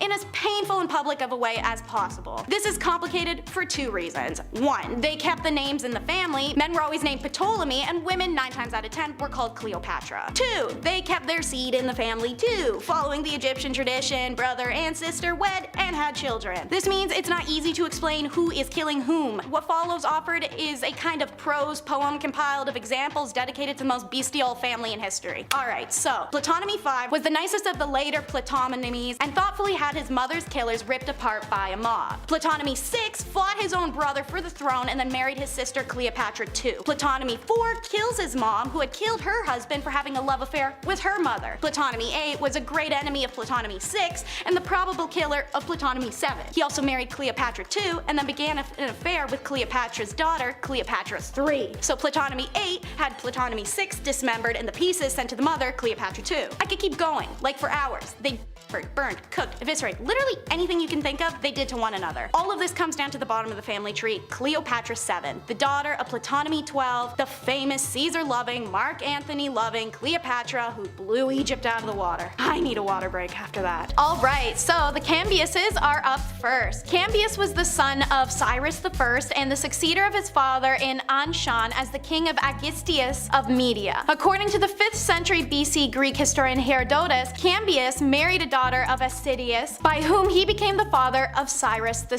Cambyses II, aka Cyrus II, performed the ritual duties of the Babylonian king at the important New Year festival of 538 and of 530. Before Cyrus set out on his last campaign, he was appointed the regent in Babylon. That campaign was the conquest of Egypt, planned by Cyrus, and was a major achievement of Cambyses' reign once captured. This is the lunatic who liked to torture animals for entertainment and notoriously killed the Apis bull to torment the Greeks who worshipped it. Cambyses was traveling through Syria on his way back to Persia when he first heard reports of a revolt there, and then he died mysteriously in Syria in the summer of 522, either by his own hand or as the result of an accident. This is one of the few Persian families to have held the throne, the Xerxes line. First we have the granddaddy Xerxes I, or the Great as titled by the 5th Persian king. He was the son of Darius the Great, and his reign lasted from 486 BC to 465 BC. He's well known in history for his attempted invasion of Greece and how later in the same year he was defeated in the Battle of Salamis, which led him to flee his own kingdom. He's known as both a Persian ruler and a pharaoh, as when he ruled Egypt it was also part of the Persian Empire. Little is known about the last years of Xerxes' life. After his reversal in Greece, he withdrew into himself and allowed himself to be drawn into his harem intrigues, in which he was in fact only a pawn. Thus he disposed of his brother's entire family at the demand of the queen. He was assassinated by his own commander of the royal bodyguard forces. Another son, Artaxerxes I, succeeded in retaining power. Artaxerxes I was given the throne by the commander of the guard, Artabanus, who had killed Xerxes. It's fine though, cause Xerxes Jr. got his daddy's lick back when he kills Arta about a month later. His reign, though generally peaceful, was disturbed by several insurrections, the first of which was the revolt of his brother. During his reign, reign, Artaxerxes completed the Hall of 100 Columns at Persepolis, rebuilt the palace of Darius I at Susa after a fire, and Artaxerxes died of natural causes in 424 BCE, having ensured a peaceful succession by naming Xerxes II his legitimate heir. Xerxes II reigned for only a little over a month, however, before he was assassinated. Next is the Dosier line. Starting with Dasi Dajir from the Second Kingdom, Egypt's 3rd dynasty. He undertook the construction of the earliest important stone buildings in Egypt. His reign, which probably lasted 19 years, was marked by great technological innovation in the use of stone architecture. The innovative structure was a departure from the traditional use of mud bricks alongside stone. The greatest advance, however, was the completion of alteration of the shape of a monument from a flat-topped rectangular structure known as a mastaba to a 6-stepped pyramid. This great character built the famous pyramid and set up the construction mechanisms of large buildings, paving the way for successors of their kingdom for even more daring constructions. The Pyramid of Dosier is the first pyramid in history of ancient Egypt and therefore potentially all of humanity. It is a degree pyramid that is at the center of a funerary complex of great importance. It's located in the necropolis of Saqqara. Sekhmet is probably the brother or eldest son of King Dosier. Little is known about this king since he ruled for only a few years. However, he erected a step pyramid at Saqqara and left behind a well-known rock inscription at the Wadi Makhara. No Pep in his servant steps for sure, it's Pepi. So, Pepi the First kills the game. He does a great job ruling Egypt. He initiated the policy of intensive penetration of Nubia, south of the First Nile Cataract. Inscriptions record journeys southward early in his reign, and fragments of vessels bearing the king's name were excavated in Karma. Meanwhile, Pepi II is the longest-running Egyptian monarch, surviving 94 years on the throne. He's also believed to be the youngest ruler ever in Egyptian history. Pepi II was the son of Pepe I, obviously, and was born late into his father's reign. While he was still very young, he succeeded his half-brother Merene, who died at an early age. His mother served as regent for a number of years, and the old group of officials serving the royal family maintained the kingdom's stability. During the first half of his rule, he brought prosperity and grandeur to Egypt. Second half? Nowhere close. You see a sharp decline of the old kingdom as economic disarray is caused by him virtually having no oversight. Powerful provincial nobles drew talent away from the capital, and because of the unusually long reign of the king, Egypt had a senile ruler when it needed vigorous leadership. Those of Pepi's children who survived him had brief ephemeral reigns and failed to cope with the political and economic crisis that arose as the 6th dynasty ended. His tomb may be more famous than he is. Menkaures. His tomb, the Pyramid of Menkaure, is one of 3 pyramids of Giza, alongside his statue triads that show the king together with his wives and various deities. It's the smallest of the 3 main pyramids of Giza, just 62 meters tall, but has one of the most complex and best preserved structures. He had 2 wives, both are his sisters naturally, and they didn't have much luck with sons at first. 3 in total and 1 daughter. At his death, his successor, his son, Shafashkek, completed the stonework walls of the mortuary temple in brick. Menaku was not succeeded by his eldest son, who actually predeceased him, but rather by Shepsake, a younger son. Shepsake built a monumental mastaba at the South Accra and was the only kingdom ruler to not build a pyramid. This family's work, especially the Great Pyramids, show a great mastery of monumental stoneworking. Individual blocks were large or colossal and were extremely accurately fitted. Modern-day monarchy wouldn't be complete without a tax fraud family. 2014, the dubbed philandering playboy King Juan Carlos of Spain found his popularity plummeting. His initial ascension to throne in 1975 had been wondrous, but now following reports of his messy affair and exuberantly lavish lifestyle in the midst of Spain's economic collapse, he abdicated the throne in favor of his son Felipe. His daughter Infanta Cristina stirs the pot, charged with tax fraud in 2014. Although she was acquitted in 2017, she was stripped of her title and left Spain for Switzerland. But it was her husband's turn, I guess, because the former handball champion was convicted on charges of embezzlement, fraud, and tax evasion and sent to prison in 2018. Since then, Spanish prosecutors launched 3 separate investigations into the former king over allegations including corruption, money laundering, credit card fraud, and kickbacks, though all were dismissed earlier this year due to insufficient evidence, the statute of limitations, and of course the monarch's constitutional immunity. In a recent case, Seguin Buistin has sued him for using Spain's spy agency to threaten her, and in 2020 he was stripped of his Spanish stipend and went into self-exiled in the UAE. Sophie, the great-grandmother and imprisoned princess. Starting in 1682, Princess Sophia Dorothea of Saly married the basic B-word George of Hanover. She didn't like him, his stupid court, or the mistress that dominated his life, so in 91 she starts her own affair with Philip Christoph von, hard last name, it sounds super Scandinavian. They're naturally very stupid and their love letters get intercepted by Clara, Countess von Platen, who was Sophia's literal mistress-in-law, and Clara tells the whole royal family, who act like a mob and hire 4 dudes to kill Philip right outside of Sophia's apartment, in her line of sight. Then they took Sophia's kids away and told them to forget her existence. They imprison her at Alden House in Germany, and to save face, Sophia Dorothea is titled a duchess,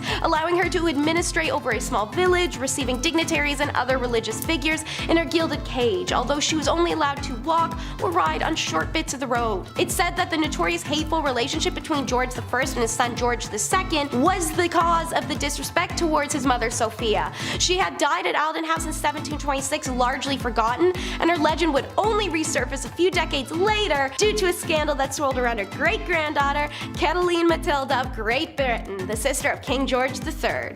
Now, the great-granddaughter, Queen of Tears. In 1766, at the age of 15, the daring and eccentric Catalina Matilda is married to cousin King Christian of Denmark, who suffered from being a massive insipid turd who grew up with untamed anger management and insecurities that made him into a deranged bully as an adult. Christian treated Caroline exactly how you would imagine from that description. He even delayed consummating their union for years, which is wildly unheard of. She traveled alone, no maids or family or rich folk stuff, to Denmark from England, and no one even told her he was a nutcase who would hate her. Yeah, no, by 1770 she was having her own affair with Johan Friedland Struensee, and the two lovers soon scandalized Europe by essentially taking over Denmark, issuing reforms and infuriating the nobility.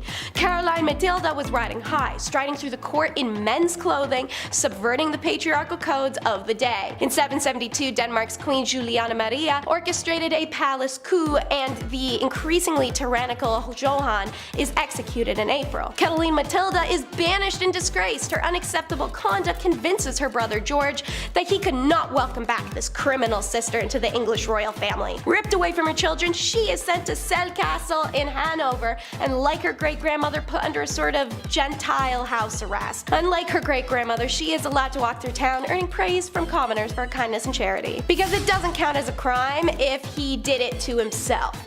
Most of the information we have about Crown Prince Sado, born in 1735, comes from the wife's autobiography, Queen Hayajian, written in 1805. She recalled what happened as his disease progressed.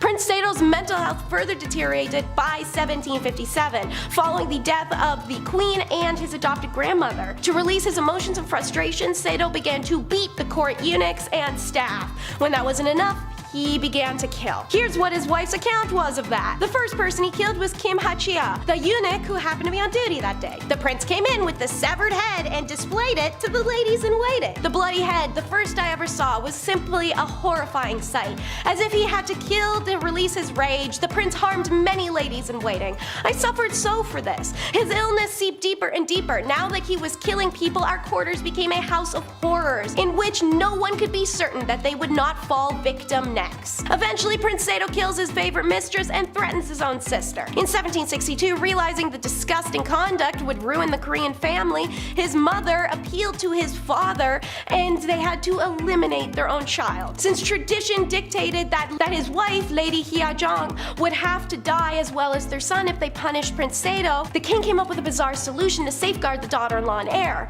On a sweltering day in July, the king forced Sado to step into a rice chest that would then be locked. So that way, technically, the disgraced prince had caused his own death. He died 8 days later. And I can't even give you a funny title for this one because it's just a lot. This is the crop top king. King Maha of Thailand, crowned in 2019, is a philandering train wreck hot mess. When his third wife dumped him, he tossed her parents in prison for 2.5 years for royal defamation. His earlier 2 marriages were equally rocky. He allegedly fathered 5 children with a mistress during his first marriage to his cousin, and then married said mistress. Later he dumped her and made her flee the country. When he was crowned prince, taking a page from Caligula, he appointed his pet poodle Fufu to the Royal Air Chief Marshal, then held 4 days of Buddhist funeral rites when the poodle died in 2015. He even took the pooch to a 2007 reception hosted by His Honor the US Ambassador Ralph Skip Boyce. Then there is the 70-year-old king's fondness for wearing crop tops and temporary tats. Check out this sick pic at an airport in Munich, strutting his stuff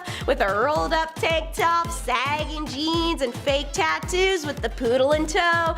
Call this king a queen cause he is serving! Belly-bearing vests have become the garment of choice for many young Thai pro-democracy protesters in rallies in recent years. They are looking to limit the powers of the king who has become the richest monarch in the world, partly by amassing personal control of an estimated $43 billion in royal assets in 2018 that were historically overseen by an agency meant to manage the money for the benefit of the Thai people. His response for this was to ban crop tops. In July 2019, 2 months after the king married his fourth wife, his longtime mistress Siniat was made a royal consort in hopes of getting her to shut up and accept that he'd never marry her and make her queen. 2 months later, because this didn't work, he strips her of her titles, tosses her in jail until she can learn to behave, and after 10 months, she's released back to his custody for about 2,000 explicit images of them to get leaked to the entirety of the Thai community in a cyber attack, and everyone sees these guys, they're explicit. Obviously, I could keep talking about this guy and his gross scandals forever, there's no shortage of them, but instead, we'll stare at these airport photos again because man, what the hell am I seeing here? Starting off this list in our number 10 spot, we have the Murdochs. With the high profile of this ongoing case, coupled with the fact that Netflix just released a chilling documentary about the story of this family, it is likely that you may already have quite the idea of who the Murdoch family is. Taylor and I have been watching the documentary series. We're past the first few episodes, and man, is this story wild. A few years ago, if someone asked you who the Murdoch family was, you would have likely described them as one of the most powerful families in South Carolina, with a legal dynasty that has spanned for a century. Now, if I asked you that same question, the answer would be a family who had it all. Money, power, status, but some of the members flew a little too close to the sun, tragedy ensued, and now people have lost their lives and the family has been destroyed. It started back in 2015 with the death of Stephen Smith. It carries on to 2018 when Gloria Satterfield, a long-serving employee for the family, was found passed away after a quote trip and fall accident. These events are both horrible and completely atrocious, but despite the rumors, mysteries, and alleged conspirators of these deaths, things really started to unravel for the family in February of 2019 with the death of Mallory Beach. The young woman met her untimely fate after a boating accident where, allegedly, 19-year-old Paul Murdoch was at the wheel, intoxicated. We could spend hours and hours talking about this family and all of these cases and the conspiracies, but we're short for time, which brings me right to the most recent tragedy. The 2021 killings of that same Murdoch who was driving the boat, as well as the killing of his mother, Margaret. Now, I do believe that people are innocent until proven guilty, but it is important to note that the one on trial for these killings right now is the father and husband to the deceased, Alex Murdoch, the patriarch of the family who is supposed to be carrying on that Murdoch legacy. The stories surrounding this family are horrific, tragic, and a reminder of the dangers that money and power can bring. In our number 9 spot today, we have the Sacklers. This family is the one behind the dynasty of Purdue Pharma, who is best known for producing an exceptionally strong prescription painkiller. Of course, we all know just how big and rich a pharmaceutical company could get, especially one that has been around for quite some time. The company was first created in 1952 by 3 Brooklyn-born brothers, and in the beginning, the company mostly dealt in things like laxatives and earwax removal methods. Soon, things for the company took quite an upwards turn, and before anyone knew it, the family was regarded as one of the most esteemed New York families, but they were also known for their philanthropic tendencies, with their names on museums and hospitals, some of the most famous in the world. You see, the thing is, when they released this painkiller in 1995, it led to them amassing an insane $13 billion fortune. That is obviously incredible, but the trouble came when it was realized that this painkiller wasn't nearly as potent as it was marketed to be, and frequent users would be building up a tolerance to it, meaning they needed to use higher and higher dosages. Viewer, welcome to the opioid crisis. Basically, this all spiraled out of control and led to many lawsuits coming against Purdue Pharma, not only by individuals, but by January 2019, 36 states were suing the company for what the painkiller had done to their citizens. After 2 years of deliberations, the Sacklers finally reached a deal with plaintiffs in bankruptcy court in September of 2021. As part of their Chapter 11 proposal, they agreed to pay $4.5 billion and give up all ownership of the company in exchange for complete immunity and all future opioid liability. Despite this fall from grace, the Sacklers were able to move an alleged $1.36 billion into offshore accounts, so despite their bankruptcy filing and the large sum of money handed over, they will continue to retain quite a large amount of their personal wealth. In our number 8 spot today, we have the Bakkers. Jim and Tammy Faye Bakker were once the most famous televangelists in America, and they certainly were living in quite a lap of luxury. They had beautiful homes, expensive cars, and a ton of money, but that quickly came crashing down amid horrendous scandal. In the late 1980s, after much success, Jim Bakker resigned from the PTL ministry after there was a cover-up to hide some hush money that had been given to church secretary Jessica Hahn over an alleged SA situation. Of course, not necessarily a surprise, but definitely not a good look for a televangelist. This led to more interest in people looking into the family more, and soon it was uncovered that there was some sort of accounting fraud going on as well. The consequences for this came by way of felony charges, conviction, imprisonment, and divorce. That was the end of that legacy, but since serving his time, Jim Bakker hasn't exactly slowed down. He not only remarried and returned to televangelism, but he also currently hosts The Jim Bakker Show, which focuses on the end times and the second coming of Christ while promoting emergency survival products. So, that's interesting. In our number 7 spot today, we have Prince Sado. Born in 1735, Prince Sado was the heir to the Korean throne, but unfortunately, he would go on to suffer from extreme mental illness and delusions. Thankfully for historians and those of us interested in history, the wife of the prince created memoirs, and in them she detailed the horrifying things that happened next. The prince began to kill.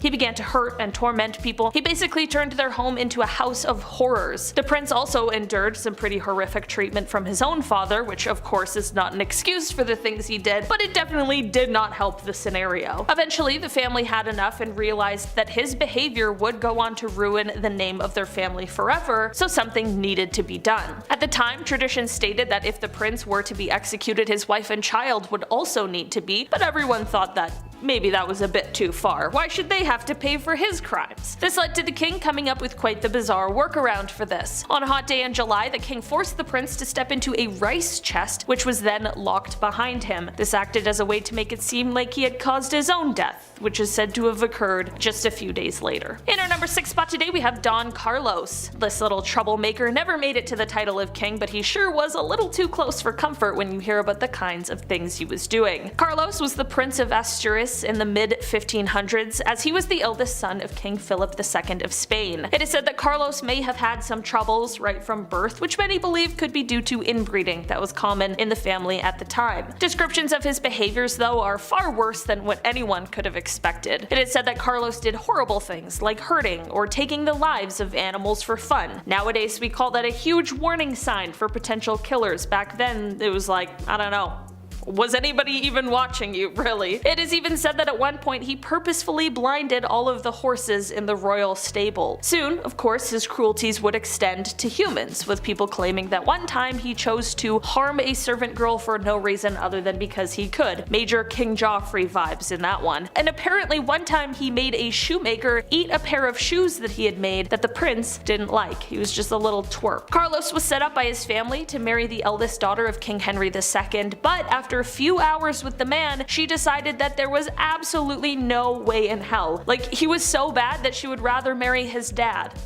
Which she did in 1560. In the end, Carlos was found to be plotting to take out his own father, which landed him in prison in solitary confinement, where he passed away 6 months later. In our number 5 spot today, we have Marie Antoinette. In 1783, an artist painted a portrait of Marie Antoinette. This would go on to become one of the most scandalous royal portraits of all time because of the dress that she was wearing. The dress, a gaulle, wasn't the regular restrictive court dress, and instead was something that the queen would normally wear as she strolled around the grounds of Versailles privately. This comfortable dress, however, was a little bit too scandalous for the public at the time because it resembles a form of undergarment worn to protect expensive clothing. Basically, to the public, it looked like the queen had just been painted in her underwear. Not only were people upset that she didn't upkeep this sort of mystique of luxury and royalty, but the fabric the gown was made from was also quite controversial. The cotton dress was heavily associated with the slave trade and was looked on as a British fabric, which was horrible for a French queen to be wearing. The painting was quickly taken down, but the damage was already done. Within the next decade, the queen would meet her demise at the hands of the guillotine. In our number 4 spot today, we have Atahualpa and Huascar. These two were the two sons of the Inca king, but when he passed away in 1527, the kingdom was left to the sons, but their joint rule did not turn out so well. By 1529, war had broken out and things were going downhill. What would later become known as the War of the Two Brothers saw many horrors, and apparently one brother at one point made a drinking cup out of the skull of one of the other brother's generals. The civil war that the two started would definitely speed up the downfall of the civilization, but things met an even crazier end. Just as Atahualpa seemed close to declaring his victory in 1532, Francisco Pizarro's Spanish conquistadors showed up and captured him to hold him for ransom. During this time, he was still able to get out a message to execute his brother. In the end, while he outlived his brother, it wouldn't be by much because he was then executed by the Spanish in 1533. In our number 3 spot today, we have Richard III. There are many questions surrounding this king's rise to power because, well, it seems sketchy at best. When King Edward IV died in 1483, he left behind 2 sons. The eldest of the two, Edward V, was too young to rule on his own, so the sons were to be looked after and to be advised by Richard III, the late king's brother. Well, something strange happened after just 68 days when the sons were sent to the Tower of London and then were never heard from again. Of course, this meant that Richard III needed to take over the throne. To this day, no one knows exactly what happened to the sons as they have never been found. Was this just a tragic coincidence, or is Richard III a usurper? Richard met his fate in battle just 2 years later and took these secrets with him to the grave. In our number 2 spot today, we have the Wanli Emperor. The 13th emperor of China's Ming dynasty, Wanli had many relations with women. He is said to have had 2 official consorts and a number of concubines, but one of these ladies was clearly his favorite, Lady Zheng. She had 2 sons, and one of them, Wanli, really wanted to be his successor. Unfortunately, this son was the 3rd of his children, so his ministers and those around him wouldn't allow it. They believed he wasn't the proper heir. In the end, the first son of Wanli, who was born to consort Lady Wang, was declared the crown prince. This is when the emperor decided that since he didn't have his way, he was just gonna quit working. Prior to this entire dilemma, Wanli was looked upon as a great ruler. He worked hard and he handled the threats to the empire very quickly. This was all extremely contradictory to the final 20 years of his reign, where he apparently just started ignoring meetings and royal duties. This is why many historians actually place a lot of the blame for the downfall of the Ming dynasty in 1644 to this sort of passive-aggressive protest. And finally, in our number 1 spot today, we have Joan of Kent. Joan of Kent lived during the 14th century in England, and she was known as being one of the most beautiful women in all of England. She was said to be quite loving, but it is also said that she had quite a whirlwind and controversial love life. So basically, Joan was only 12 when she had her first marriage. I know it's horrifying now, but this was the practice at the time, and she married a knight named Tom Holland. But when Tom went off to war, Joan was approached by another man, the son of the Earl of Salisbury, who asked for her hand in marriage. Despite the whole Tom situation, she said yes, because at the time there was no way for anyone to know who would be coming back from battle, and she just assumed that Tom had died. It was of course quite the shock to everyone when Tom ended up returning, very much alive, to find out about all of this. A legal battle followed which Tom ended up winning, and him and Joan went on to raise 4 children. After his passing, however, Joan would go on to marry again, to the dismay of many people, but this time she married the son of King Edward III, and she went on to become the first Princess of Wales. Number 10, the Kennedys. For the older folks at home, this is going to be no surprise, but for the younger audience such as myself, let me explain. The Kennedys were a wealthy and powerful family in the US. A lot of their scandals originating from organized crime, American politics, and some juicy rumors. The most famous Kennedy being JFK. My generation knows him from Call of Duty Black Ops 1. Remember 5? It was a good zombies map. The older generation remembers him for that one Sunday car trip in Dallas. You know what I'm talking about. He may have also been shacking up with Marilyn Monroe. His father was a bootlegger during the Prohibition era, and his family seems to have a lot of plane crashes. For some reason, I'm not sure why. The Kennedys are textbook scandalous and will be talked about for a long time to come. Number 9, the Jacksons. As much as I love fame and fortune, and baby, Chetty's all about that, I wanted to be famous ever since I was a tubby kid, and I'm slowly getting there too. Nice. I don't think I'll ever reach the same level as Michael Jackson. Seriously, I wouldn't be surprised if the first aliens that we meet know the moonwalk. Not because they're from outer space, but because the reach of Michael Jackson knows no bounds. Starting with the Jackson 5 in the 70s and rising to stardom and becoming the biggest star of the 80s and 90s. In the 2000s too. Growing up, he was pretty popular. Multiple allegations of misconduct don't look good on anyone, even for the king of pop though. He's got a few things stacked against him. Number 8, the Trumps. The billionaire extraordinaire turned POTUS is not shy from scandal. And I'm not talking about during his presidency either. I ain't gonna touch that. Some younger folks may not remember Donald Trump from the 80s and 90s, where he was arguably more famous. After getting a small loan of $1 million, built his real estate empire and perhaps broke a few laws and or using legal loopholes to get what he wanted. I mean, could you really trust the guy that slashed his name on everything? Trump Hotel, Trump Airlines, Trump Board Game. And that's just him, I guess. Number 7, the Rockefeller. Donald Trump might have been a billionaire or the most famous billionaire, but I still think J.D. Rockefeller takes the cake. And his family, actually. A little history lesson here. Rockefeller, in a nutshell, was the first modern billionaire. Bruce Wayne, Tony Stark levels of wealth. Seriously, he was pretty rich. When oil and gas became big business in the late 1880s because Industrial Revolution, cars, we need oil, his company, Standard Oil, slowly rose up until they had a monopoly on the oil industry. By cutting out middlemen and cornering the market, he amassed billions. Today, adjusted for inflation, his pockets were lined with a very healthy $23 billion. Say it again, $23 billion. That was all the way back then. Way before Elon Musk, Bill Gates, and Buffett did it. I wouldn't mind $23 billion myself. Sounds good, right? Oh, all the McDonald's I could have. Oh yeah. Number 6, the Coppolas. Imagine being a not so well known director, then Marlon Brando walks in the room and goes, "Let's make a movie." The Godfather, great movie, right? Well, it seems that filmmaking runs in the family. Awesome. A whole family of people involved in film. You gotta love that. I love film, that's awesome. However, for those fans of The Godfather, which if you haven't seen it, please do. It's a masterpiece, go see it. What's not a masterpiece, however, is The Godfather 3. You can skip that one. I can just imagine the look on people's faces when they thought they were going to see a trilogy completed masterfully. It's a real stinker, folks, for many reasons, but a big one is Sofia Coppola, who plays Michael Corleone's daughter in the movie, which in real life is Francis Ford Coppola's daughter, the director of the movie. Imagine taking one of the best movie licenses of all time and almost single-handedly ruining that. Sorry, Dad. Number 5, Bloody Mary. Duh. Mary the First, or Bloody Mary as she is also known, was the first real Queen of Britain. But this reign didn't last very long, 5 years to be exact, before she was replaced by the much better Queen Elizabeth.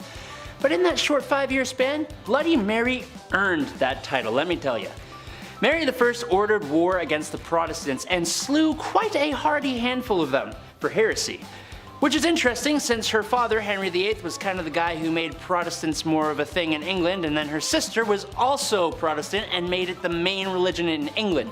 History is full of people needlessly passing away because what they believe isn't the right thing. Anyways, to heat things up, Mary even had some of these Protestants burned on the spot. Some is kind of an unfair statement. You see, the Queen here was responsible for burning over 300 Protestants at the stake. Other kings and queens burned people at the stake for their faith. I mean, Mary's father did it, as did her sister. But it's the sheer amount of people that make her much worse and much more famous. Number 4, taking over. Queen Catherine the Great of Russia was obviously a queen of Russia. But that don't mean she was actually Russian. She was actually German-born. But she was Russian to get herself into power when it turns out her husband, Emperor Peter, was not very liked by his own people, as he showed a very obvious dislike for Russia, which is kind of weird. She took advantage of people's disdain, and while she may not have directly done the life ending here, it is pretty well stated that the act was committed by her supporters and public opinion held her responsible. She was called the Great, but it seems she was actually kind of the absolute worst, even if she was a strong ruler. She does look very proud of herself in a lot of her paintings though, which, I mean, she overthrew her own emperor husband and became ruler of a country she isn't even native to. So like, yeah, I guess, good job, I think. Number 3, La Loca de Loco. Finally, a queen not on this list for ending other people's lives. No, Juana La Loca was far worse than that. Not to be insensitive, but Juana La Loca was loco. She was the Queen of Castile from 1504 to 1516, and she suffered from various mental disorders. After her husband died in 1506, her father buried his body, but that didn't stop La Loca from opening the tomb and caressing her husband's non-living body from time to time. Ultimately, she even ordered people to dig up the body fully, and she would kiss her deceased husband's feet. I'm sorry, excuse me, I need some water after that. That's disgusting. That's a lot. Oh good, we aren't done. Of course not. No, apparently Juana would also carry his coffin everywhere with her and even kept it under her bed. It wasn't until years and years later she allowed his burial outside her window, finally. Look, I get loving somebody, but dear lord, imagine what she was like when he was alive. Stage 10 clinger, 100%. Number 2, let them eat cake. How about a queen that caused a whole revolution? That's gotta be a good one. We have almost all heard of Marie Antoinette. She was well known for splurging on things she shouldn't have and the countless affairs and scandals she was involved in. Like the scandal of the necklace.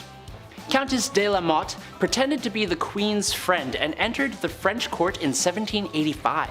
She fooled a member of high society in believing that the queen loved him, even going as far as to hire a lady of the night, disguise her as the queen, and convince the poor guy that Antoinette wanted to purchase a diamond necklace that cost 1,600,000 livres, which is almost $12 million by today's money. The amount of sheer greed and debauchery that happened while she was around made her own people rise up and fight back against the unfairness of the French monarchy. Good job, you made your people hate you, cause y'all ignorant. Number 1, Countess not Dracula? Born in Transylvania, because of course she was, in 1560 Countess Elizabeth Bathory of Hungary was a Hungarian noblewoman. But more than that, she was an extremely infamous serial slayer. She used her position of power to defend herself from ever having to suffer the consequences of the heinous crimes she would commit. Okay, well, name the crimes, Adam. Okay, I will. Elizabeth spent years slaying servants and peasants just because she wanted to and enjoyed it. She did it so much that her own husband, Count Nadasti, went so far as to build his wife a torment chamber for her to do this more comfortably. Great husband, horrible person. Elizabeth also had a nasty habit of actually feasting on her prey. She would often bite and eat chunks out of them while they were still alive, and in one case, she may have even forced someone to cook and eat some of their own body. Eventually, her conduct became so appalling that a trial was held. It only took forever to happen. She was convicted on 80 counts, but was only sentenced to solitary imprisonment within her castle. That's it. Like, how is that okay? I don't get it. She thankfully met her end 3 years later in 1614, but my lord was she a bad dudette. Number 10, Boudica. She was very tall, the glance of her eye most fierce, her voice harsh. A great mass of the reddest hair fell down to her hips. Her appearance was terrifying. Sounds awesome to me. One of the most famous queens in British history, Queen Boudica was originally co-ruler of the Iceni tribe of East Anglia alongside her husband King Prasutagus. That is, she was until the Roman governor of Britain at the time attacked. Prasutagus was killed and his lands and household were plundered by the Romans. Boudica and her daughters were rather savagely treated as well. So much so that after the fact she rose up leading other tribes of Britons who banded together and decided to take the fight back to the Romans. The Britons captured the Roman settlement of modern-day Colchester, with the imperial agent fleeing to Gaul. They fought to London and to St. Albans, storming the cities and sending the defenders fleeing. The Britons desecrated the Roman cemeteries, mutilating statues and breaking tombstones. The Roman governor of Britain at the time, who had fled with his troops into the safety of the Roman military zone, challenged Boudica with an army of 10,000 regulars and auxiliaries. Win the battle or perish, that is what I, a woman, will do. You men can live on in slavery if that's what you want. It's a pretty good quote. The battle was a brutal defeat though, with Boudica taking poison to avoid becoming a prisoner. Criminal to the Romans, but I mean, a hero to pretty much everyone else. Number 9, Nefertiti. Kind of hard to call this a crime, but basically Nefertiti was the wife of the Egyptian pharaoh Amenhotep IV. Being close to equal in power to her husband, as well as very influential in her own right, she and her husband did something quite scandalous. They decided to turn their backs on almost the entire pantheon of Egyptian gods, sort of. They made one god the prime god of Egyptian religion during their reign. That would be the god of the sun, Aten. They moved the capital of Egypt to a new location, which they named after Aten, and they even both changed their names. He became Akhenaten, and she became, give me a sec here, Nefertiti. Nefertiti. There's like a hyphen in there, I don't know.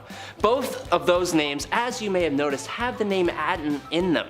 Nobody liked this change, and it was quickly reverted after they were no longer in power. Sure was scandalous though. Number 8, Anne Boleyn. Honestly, for most of the wives of Henry VIII, it's a little hard to, well, 1, pick one, but also 2, really know if any of the things they were accused of actually happened or if they were just easy excuses. But nonetheless, here we are, and since we haven't talked about any before, why not start with the second one, who was pretty much the catalyst for Henry VIII and England breaking away from the Roman Catholic Church and forming a whole new church, resulting in the deaths of an eventual thousands of people. You see, divorce is strictly prohibited in the Roman Catholic Church, so when Henry met Anne, his wife Catherine, who had not produced him a son to carry his name, just kinda had to go, prompting the whole damn Reformation. Was it worth it? No, because the marriage lasted 3 years before she was charged with infidelity and incest, and lost her head. I kind of feel bad for anyone associated with King Henry VIII though. Number 7, Queen Dida. Queen Dida of Kashmir was quite an ambitious queen mother. Dida seized complete administrative control during her husband's reign, ultimately becoming queen regent for her son and grandsons. That ain't enough for Miss Dida here. Mere advisory for her? No sir, she despised being just an advisor, and well, she disposed of all 3 of her grandsons using medieval forms of witchcraft and torture. Yikes. How dare they make Jima their advisor? Queen Dida got what she wanted at least, as she then reigned as monarch for 23 years, being in some form of power for nearly the whole of Kashmir's 10th century. And while she may have been more than a little brutal, she was honestly one of the best and strongest rulers Kashmir has ever had. Number 6, Queen Nandi. Queen Nandi of the Zulu Empire has a story that literally sounds like it's straight out of a movie. Before the Zulu Empire ever came to become a thing at all, Nandi was impregnated by a Zulu chief in the 1700s, giving birth to a son they named Shaka. But being the 3rd wife of the chief, she and her son were often ridiculed and shamed by other chieftains. Despite all that, Nandi raised Shaka to be an extremely fierce warrior. Shaka grew up to become the Zulu chief in 1815, and Nandi became the queen mother alongside him, known in English as the Great She-Elephant. She, alongside her son, wreaked havoc on those who had mistreated her and Shaka. But since Shaka remained unmarried, it was Nandi who, funnily enough, remained the power behind the throne of the Zulu Empire throughout her lifetime. She is the reason the empire ever existed in the first place, and if any of what she did was a crime, I kinda get it.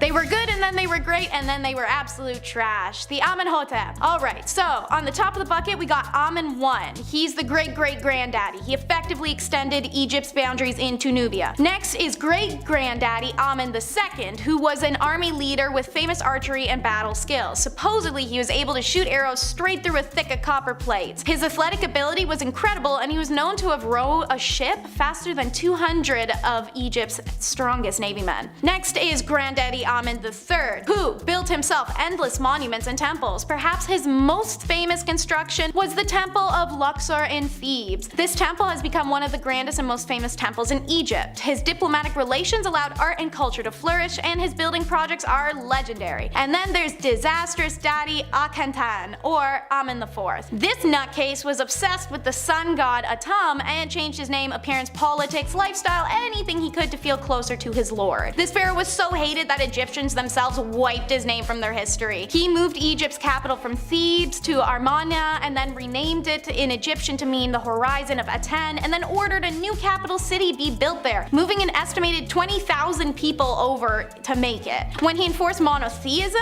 Og failed to realize that the temples of Egypt were the nation's socio-economic cultural hubs, who was the god priest that oversaw all of their industries. So without them, those pillars of the communities were just gone. And stripping these temples of authority, he caused Egypt's biggest reception. And then we've got the bottom of the bucket, we have our boy Tutankhamun, aka King Tut, who by his third year changed his name to Tutankhamun and issued decree restoring temples, images, personnel, and privileges of the old gods to undo what his dad had done. He also began the protracted process of restoring the sacred shrines of Amun, which had been severely damaged during his father's rule. No proscription or persecution of Aten, though, Akhenaten's god, was undertaken, and royal vineyards and regiments of the army were still named after Aten. Tutankhamun unexpectedly died in his 19th year. Whatever the case, he died without designating an heir. This is another four-part family tree. First, great-granddaddy Sneferu founds the 4th dynasty and marries the daughter of the last pharaoh of the 3rd empire, thus helped to solidify his possession as the pharaoh of the new dynasty, as well as secure Khufu's place in the line of succession. Meanwhile, his son, who becomes granddaddy Khufu, pops out the Great Pyramid of Giza, one of the 7 wonders of the world. Apparently we were so impressed by this that we forgot to write anything else about him or why he did this, because we know very little about Khufu. We know he reigned 23 years between 2500 and 2566, and we know he married his sister.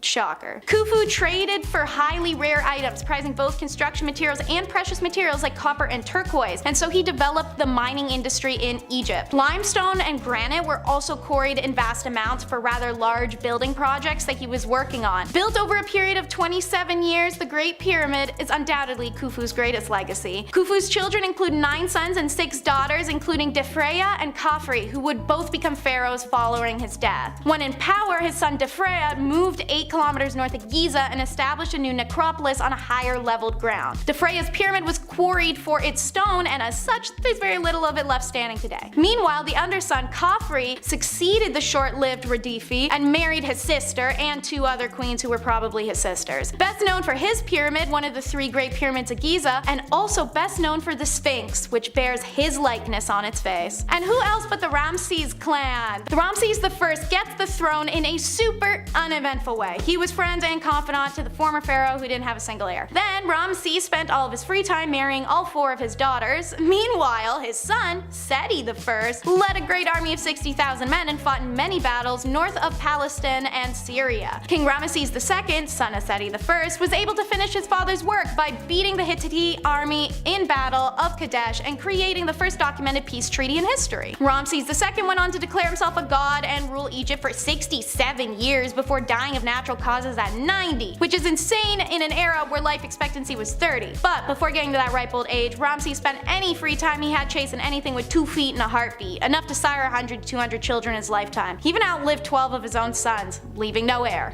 They're back again, the Ptolemies! People loved learning about this batch of literal bastards in the recent top 10 powerful families in history you didn't want to mess with video. Apparently y'all like when I'm doing tongue twisters. For those who don't know why this family could be a tongue twister, an important note is that they always recycled the family names. Men always named Ptolemy, and women always named Cleopatra or Berenice. They also happen to really take the old Egyptian ideology of royals only being with other royals a little too seriously. What's created is a massive family tree, one full of manipulation, contempt, scandal, and brash killings. While the Ptolemies started off strong, building the Library of Alexandria, compiled a star catalog and the earliest surviving table of trigonomic function, and establishing mathematically that an object is and its mirror image must make an equal angles to be a mirror. After the 4th, however, the family became like the Kardashians, talentless and messy. They took up everybody's time, but nobody stopped the free entertainment. So, like last time, let me limber up and I'll run us through some of the notorious BS. Ptolemy IV killed his mother, who had killed her husband, who was having a love affair with her mother, and then married his sister Arenso III, who was then later killed after Ptolemy IV died. Ptolemy XII annoyed his children so much, particularly his daughter Berenice IV, that they rebelled against him and drove him from Egypt. Berenice IV ruled briefly.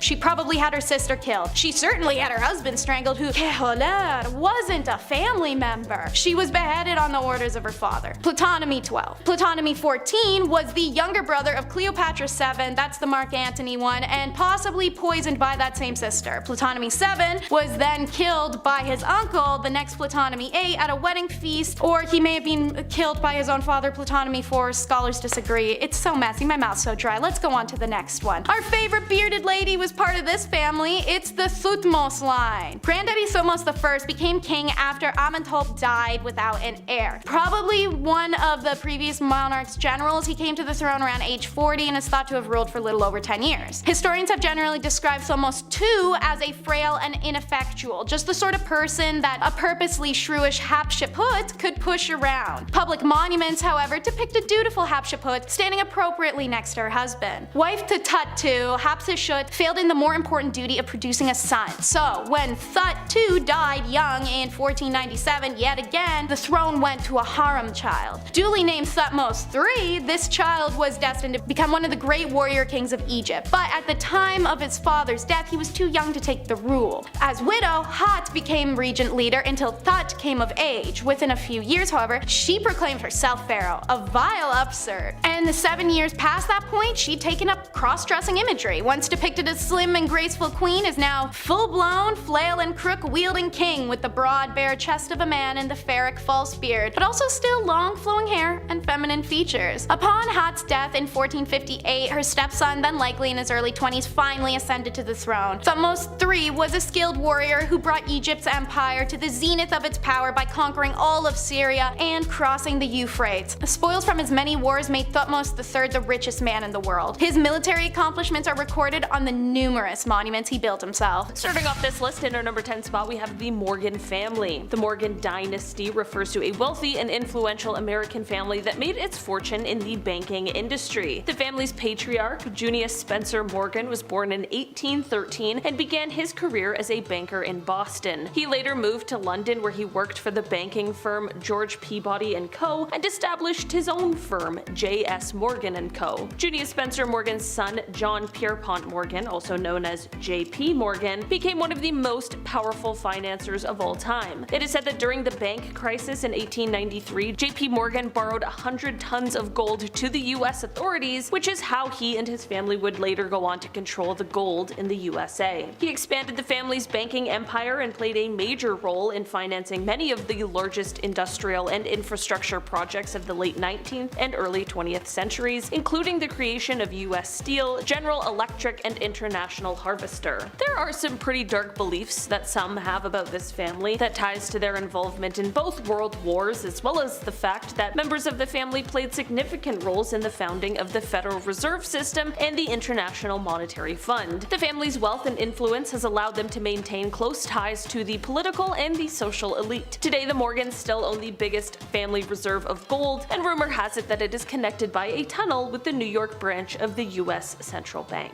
In our number 9 spot today, we have the DuPont family. The DuPont family is a prominent family of French descent that has played a very significant role in the development of the United States since the late 18th century. The family has been involved in a variety of industries, including chemicals, gunpowder, textiles, and agriculture. The DuPont family's story began with, the first DuPont, who was a French chemist who immigrated to the United States in 1800. He would later go on to found a chemical company that specialized in the production of gunpowder. The company's success helped to establish the DuPont family as one of the wealthiest and most powerful in the United States. These roots only grew deeper as the family allegedly ensured the U.S. purchase of Louisiana from Napoleon in 1803. During World War II, the family's chemical company played a very significant role in the Manhattan Project, which developed the very first atomic bomb. The family has also been involved in politics, with several members serving as governors, senators, and other elected officials. Some even believed that this family had the ability to influence US authorities so much that they might be responsible for the initial ban of the production of hemp and the ban on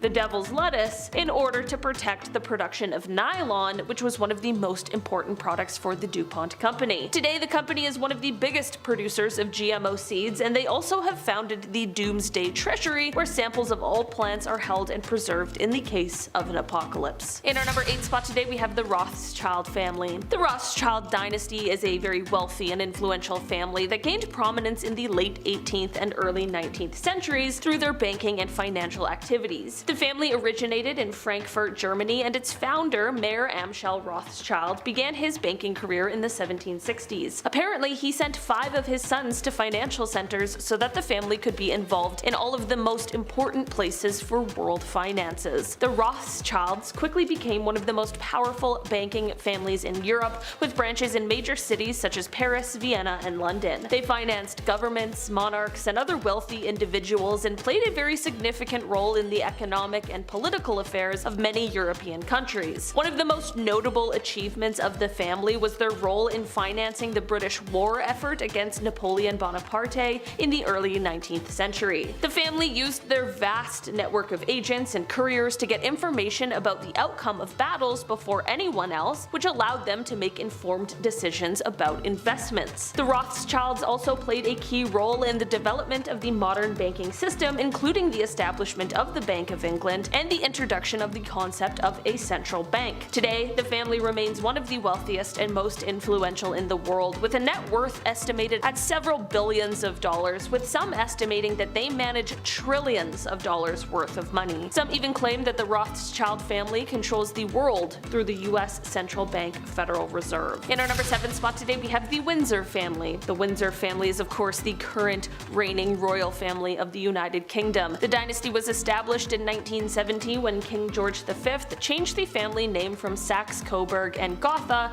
to Windsor. The House of Saxe-Coburg and Gotha, which itself was a branch of the House of Wettin, was a prominent German dynasty. Queen Victoria married her first cousin, Prince Albert of Saxe-Coburg and Gotha, and their descendants went on to become the rulers of several European countries. Many of us are of course privy to the many royal scandals there have been over the years for the Windsors, whether that has to do with the current king and his late wife, the very unsettling Prince Andrew, or some of the ongoing situations with Harry and Meghan. The former monarch, Her Royal Highness Queen Elizabeth II, ascended the throne in 1952 following the death of her father, King George VI. She was the longest reigning monarch in British history and oversaw very significant changes to the role and responsibilities of the British monarchy during her reign. Of course, as a monarch, this family retains quite a bit of power, a whole pile of wealth, and they are still heavily influential. In our number 6 spot today, we have the Walton family. The Walton family is one of the wealthiest families in the world and is best known for founding and owning the retail giant Walmart. This family is headed by siblings Jim, Alice, and Rob Walton, who inherited their fortune from their father, Sam Walton, who initially founded Walmart in 1962. Sam Walton began his career in retail with a single store in Arkansas, and over the years, he and his family grew Walmart into the largest retailer in the entire world, with thousands of stores in the United States and all around the world. Today, Walmart is a Fortune 500 company and one of the largest employers in the world, with over 2 million employees. The Walton family's net worth is estimated to be around $230 billion, making them one of the wealthiest families in the world. In addition to their stake in Walmart, the family also has investments in other businesses and ventures, and throughout the years it's been, the company receives both praise for their practices, but more often than not are met with criticism for much of the questionable and shady dealings. In our number 5 spot today, we have Prince John. It is said that this may be one of the darkest secrets of the British royal family. Prince John would have been the uncle of Queen Elizabeth II, but he passed before she was born. Prince John was the 6th child of King George V and Queen Mary, and it is said that he suffered from seizures, likely as a result of epilepsy, although it's hard to diagnose for certain because of all of the secrecies surrounding him and his illness. From the age of 4, when he had his first seizure, until his untimely and very early death, Prince John lived in a separate estate where he was cared for by a governess. Many people have since criticized the royal family, calling their treatment of Prince John as callous or inhumane, like they were hiding him away for being ill. Of course, the palace was concerned with the monarchy's public image, and there was a belief at the time that royals shouldn't have any physical physical or mental ailments, although that is of course impossible. They also didn't include him in public events, which could have been another image thing, and also perhaps because of a worry that he might have a seizure at one of these events. At the end of the day, it was definitely a different time, but the idea of excluding him because he was ill truly is a really sad thought. In our number 4 spot today, we have Marguerite and Blanche of Burgundy. This is a royal scandal that took place all the way back in 1314, and it starts off with the daughters-in-law of King Philip IV of France. I think that's the 4th.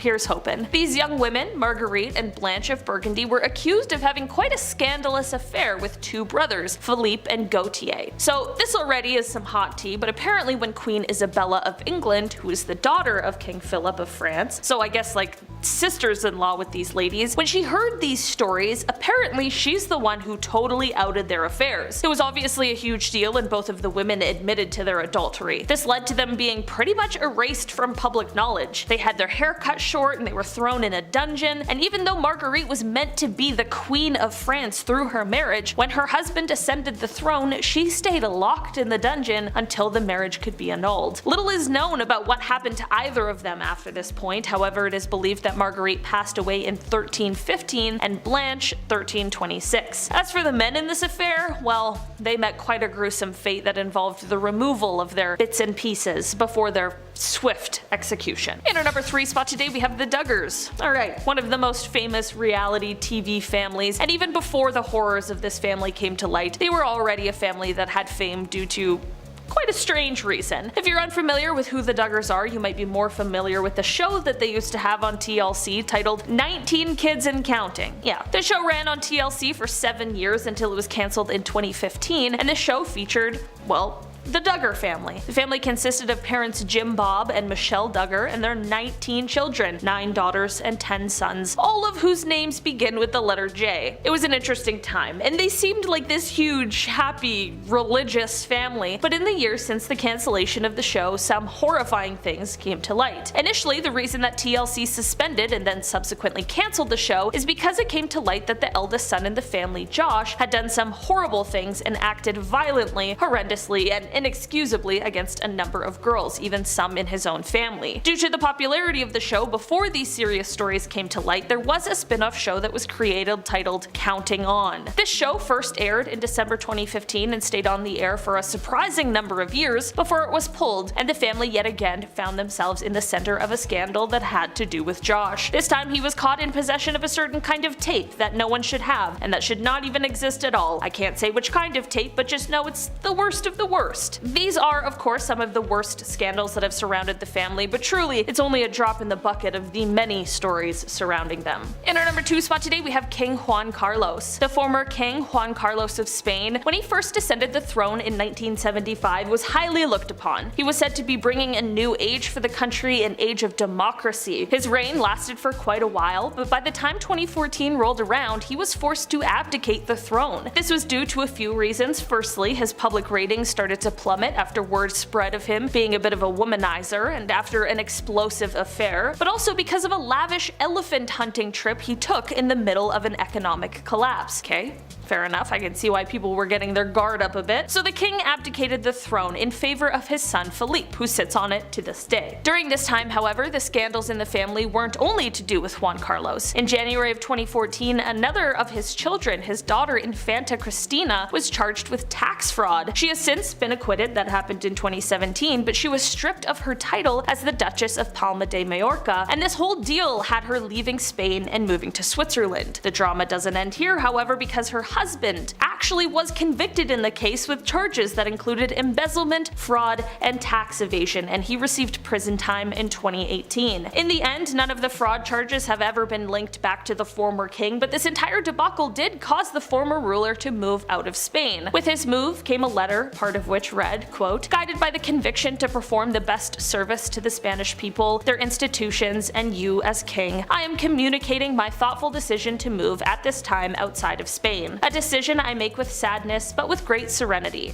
I've been king of Spain for almost 40 years, and during all of them I have always wanted the best for Spain and for the crown. In our number 1 spot today we have the Rothschilds. This family is easily one of the most, if not the most, powerful family in the modern era. In fact, it is said that most of us in the Western world don't even realize the impact this family has had on our lives, as our consumer-driven lifestyle is definitely directly related to the monetary systems this family put in place. This would include the United States Federal Reserve. Because of this insane amount of money and power that this family has held for over a century, there are plenty of conspiracy theories going on surrounding them. The conspiracies run deep, and they go quite dark. They touch on everything from assassination attempts, some successfully completed on sitting presidents, to heinous World War II agendas that would have benefited the family. Of course, they are conspiracies, so no one is quite sure which of these secrets, if any, are true. Even still, the stories and speculations swirl today, waiting for some piece of evidence to maybe bring them to light. So to start, it's Genghis Khan. That's probably the most obvious start in this case. Good old Genghis was the ruler and emperor of the Mongol Empire, the largest empire in history. How'd he do that? Well, even if they were outnumbered, which they usually were, the Mongols were masters of tactical and psychological warfare. They always had one-time offer for any city or civilization they came across. If this people in the town surrendered, the Mongols would treat them well and allow them the fruits of a secure world. They had considerable personal liberty, religious freedoms, and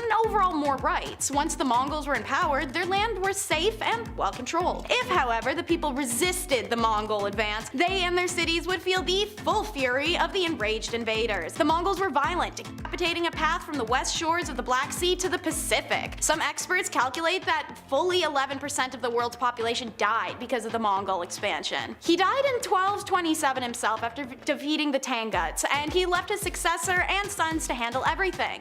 Don't think they were any better, however. His grandson told the Pope that he'd only protect Christian pilgrimage to Jerusalem if the Pope brought every king of Christendom to Khan to swear fealty. And his son committed one of the worst Mongol atrocities recorded against the Oryats. So I could go on, but we got more freaks to talk about. Your takeaway is don't mess with a Mongol. Ed Hardy fans, you'll know this one, the Krays. Dramatized in the 2015 movie Legends, these identical twins are unique in comparison to other criminal empire leaders. They ruled East End London with an iron fist during the swingin' 60s. Their criminal empire depended on robbery and protection rackets to thrive.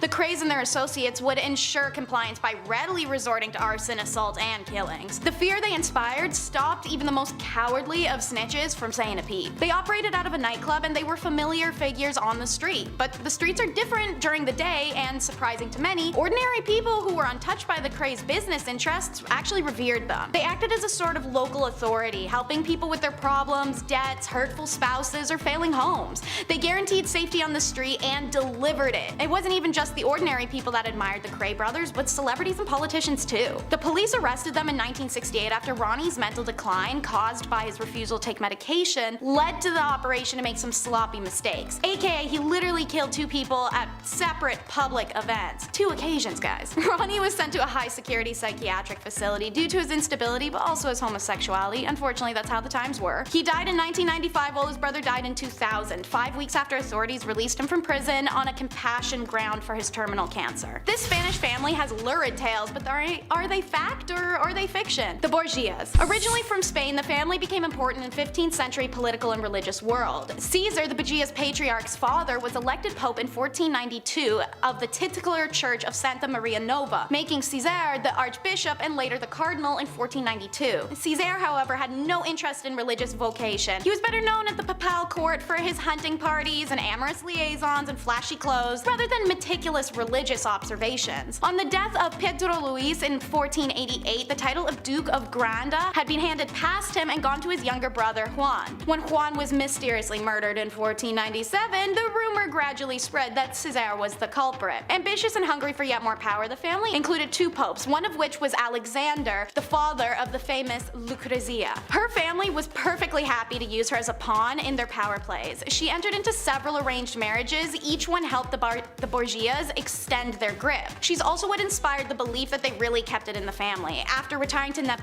after being a professional wife, Giovanni, dubbed the Roman infant, is seen at at approximately age 3 for the first time. Two papal bulls recognized the child as an illegitimate son of first Caesar, her uncle, and then of Alexander, her dad, who probably was the true father. The mysterious origin of the child, as well as her presence at a celebrated night group romp in the Vatican, has been used to support the rumors. You can learn more about this disastrous family in a 3-season TV drama literally named after them, the Borgias. Time to take life insurance policies out. We're meeting the Castro Angel Landing family. Ah, cult. You know, there had to be at least one coming up. They love to call themselves families after all. Angel's Landing is the name of a 20-acre compound outside of Wichita, Kansas, where Lou Castro and a small group of people lived an inexplicably extravagant life in the early 2000s. His followers were convinced he was an angel seer who saw the future and knew how people were gonna die. Turns out the reason he knew was because he was gonna be the one making it happen. Patricia Hughes showed up dead in 2003 and police turned their attention to the secluded luxury compound. There were high-end vehicles and appliances, well-kept lavish homes, pools, and just a lot of wealth that wasn't accounted for or could be explained. Then Patricia's husband dies in 2006 on compound once again by a freak accident, and Ron Goodwin dived into every bit of personal and financial information he could find on the people living at Angel's Landing. Turns out our buddy Castro took out expensive life insurance policies on certain cult members and had them cashed in by other members when someone in the makeshift family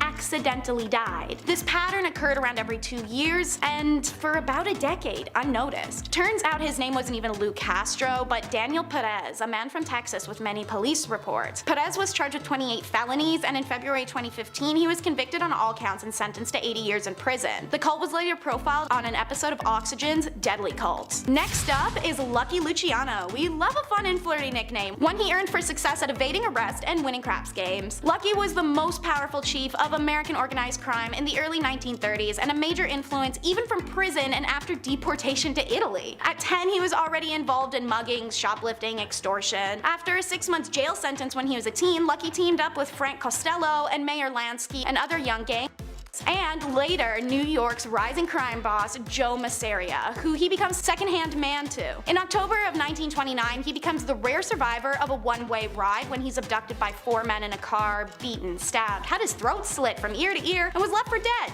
But he survived and never named his abductors. Metal. Lucky had carefully nurtured his contacts with the young powers and had become the boss of all bosses without ever accepting or claiming the title. By 1934, he and the leaders of other crime families had developed the National Crime Syndicate. In 1936, Lucky was indicted, tried, and convicted for his brothels and call girl empire, and was sentenced to Clinton prison for a 30 to 50-year term. From his cell, he continued to rule and issue orders, and in 1942, the luxury liner Normandy was destroyed in the New York harbor, and Navy intelligence sought Luciano's help in tightening waterfront security. Lucky gave the orders, and sabotage on the docks ended, and in 1946 his sentence was commuted and he was deported to Italy, where he settled in Rome. He then bounced from Cuba to Naples and continued his crime empire until he died of a heart attack in an airport in Naples, Florida in 1962. Number 5, the Kardashians.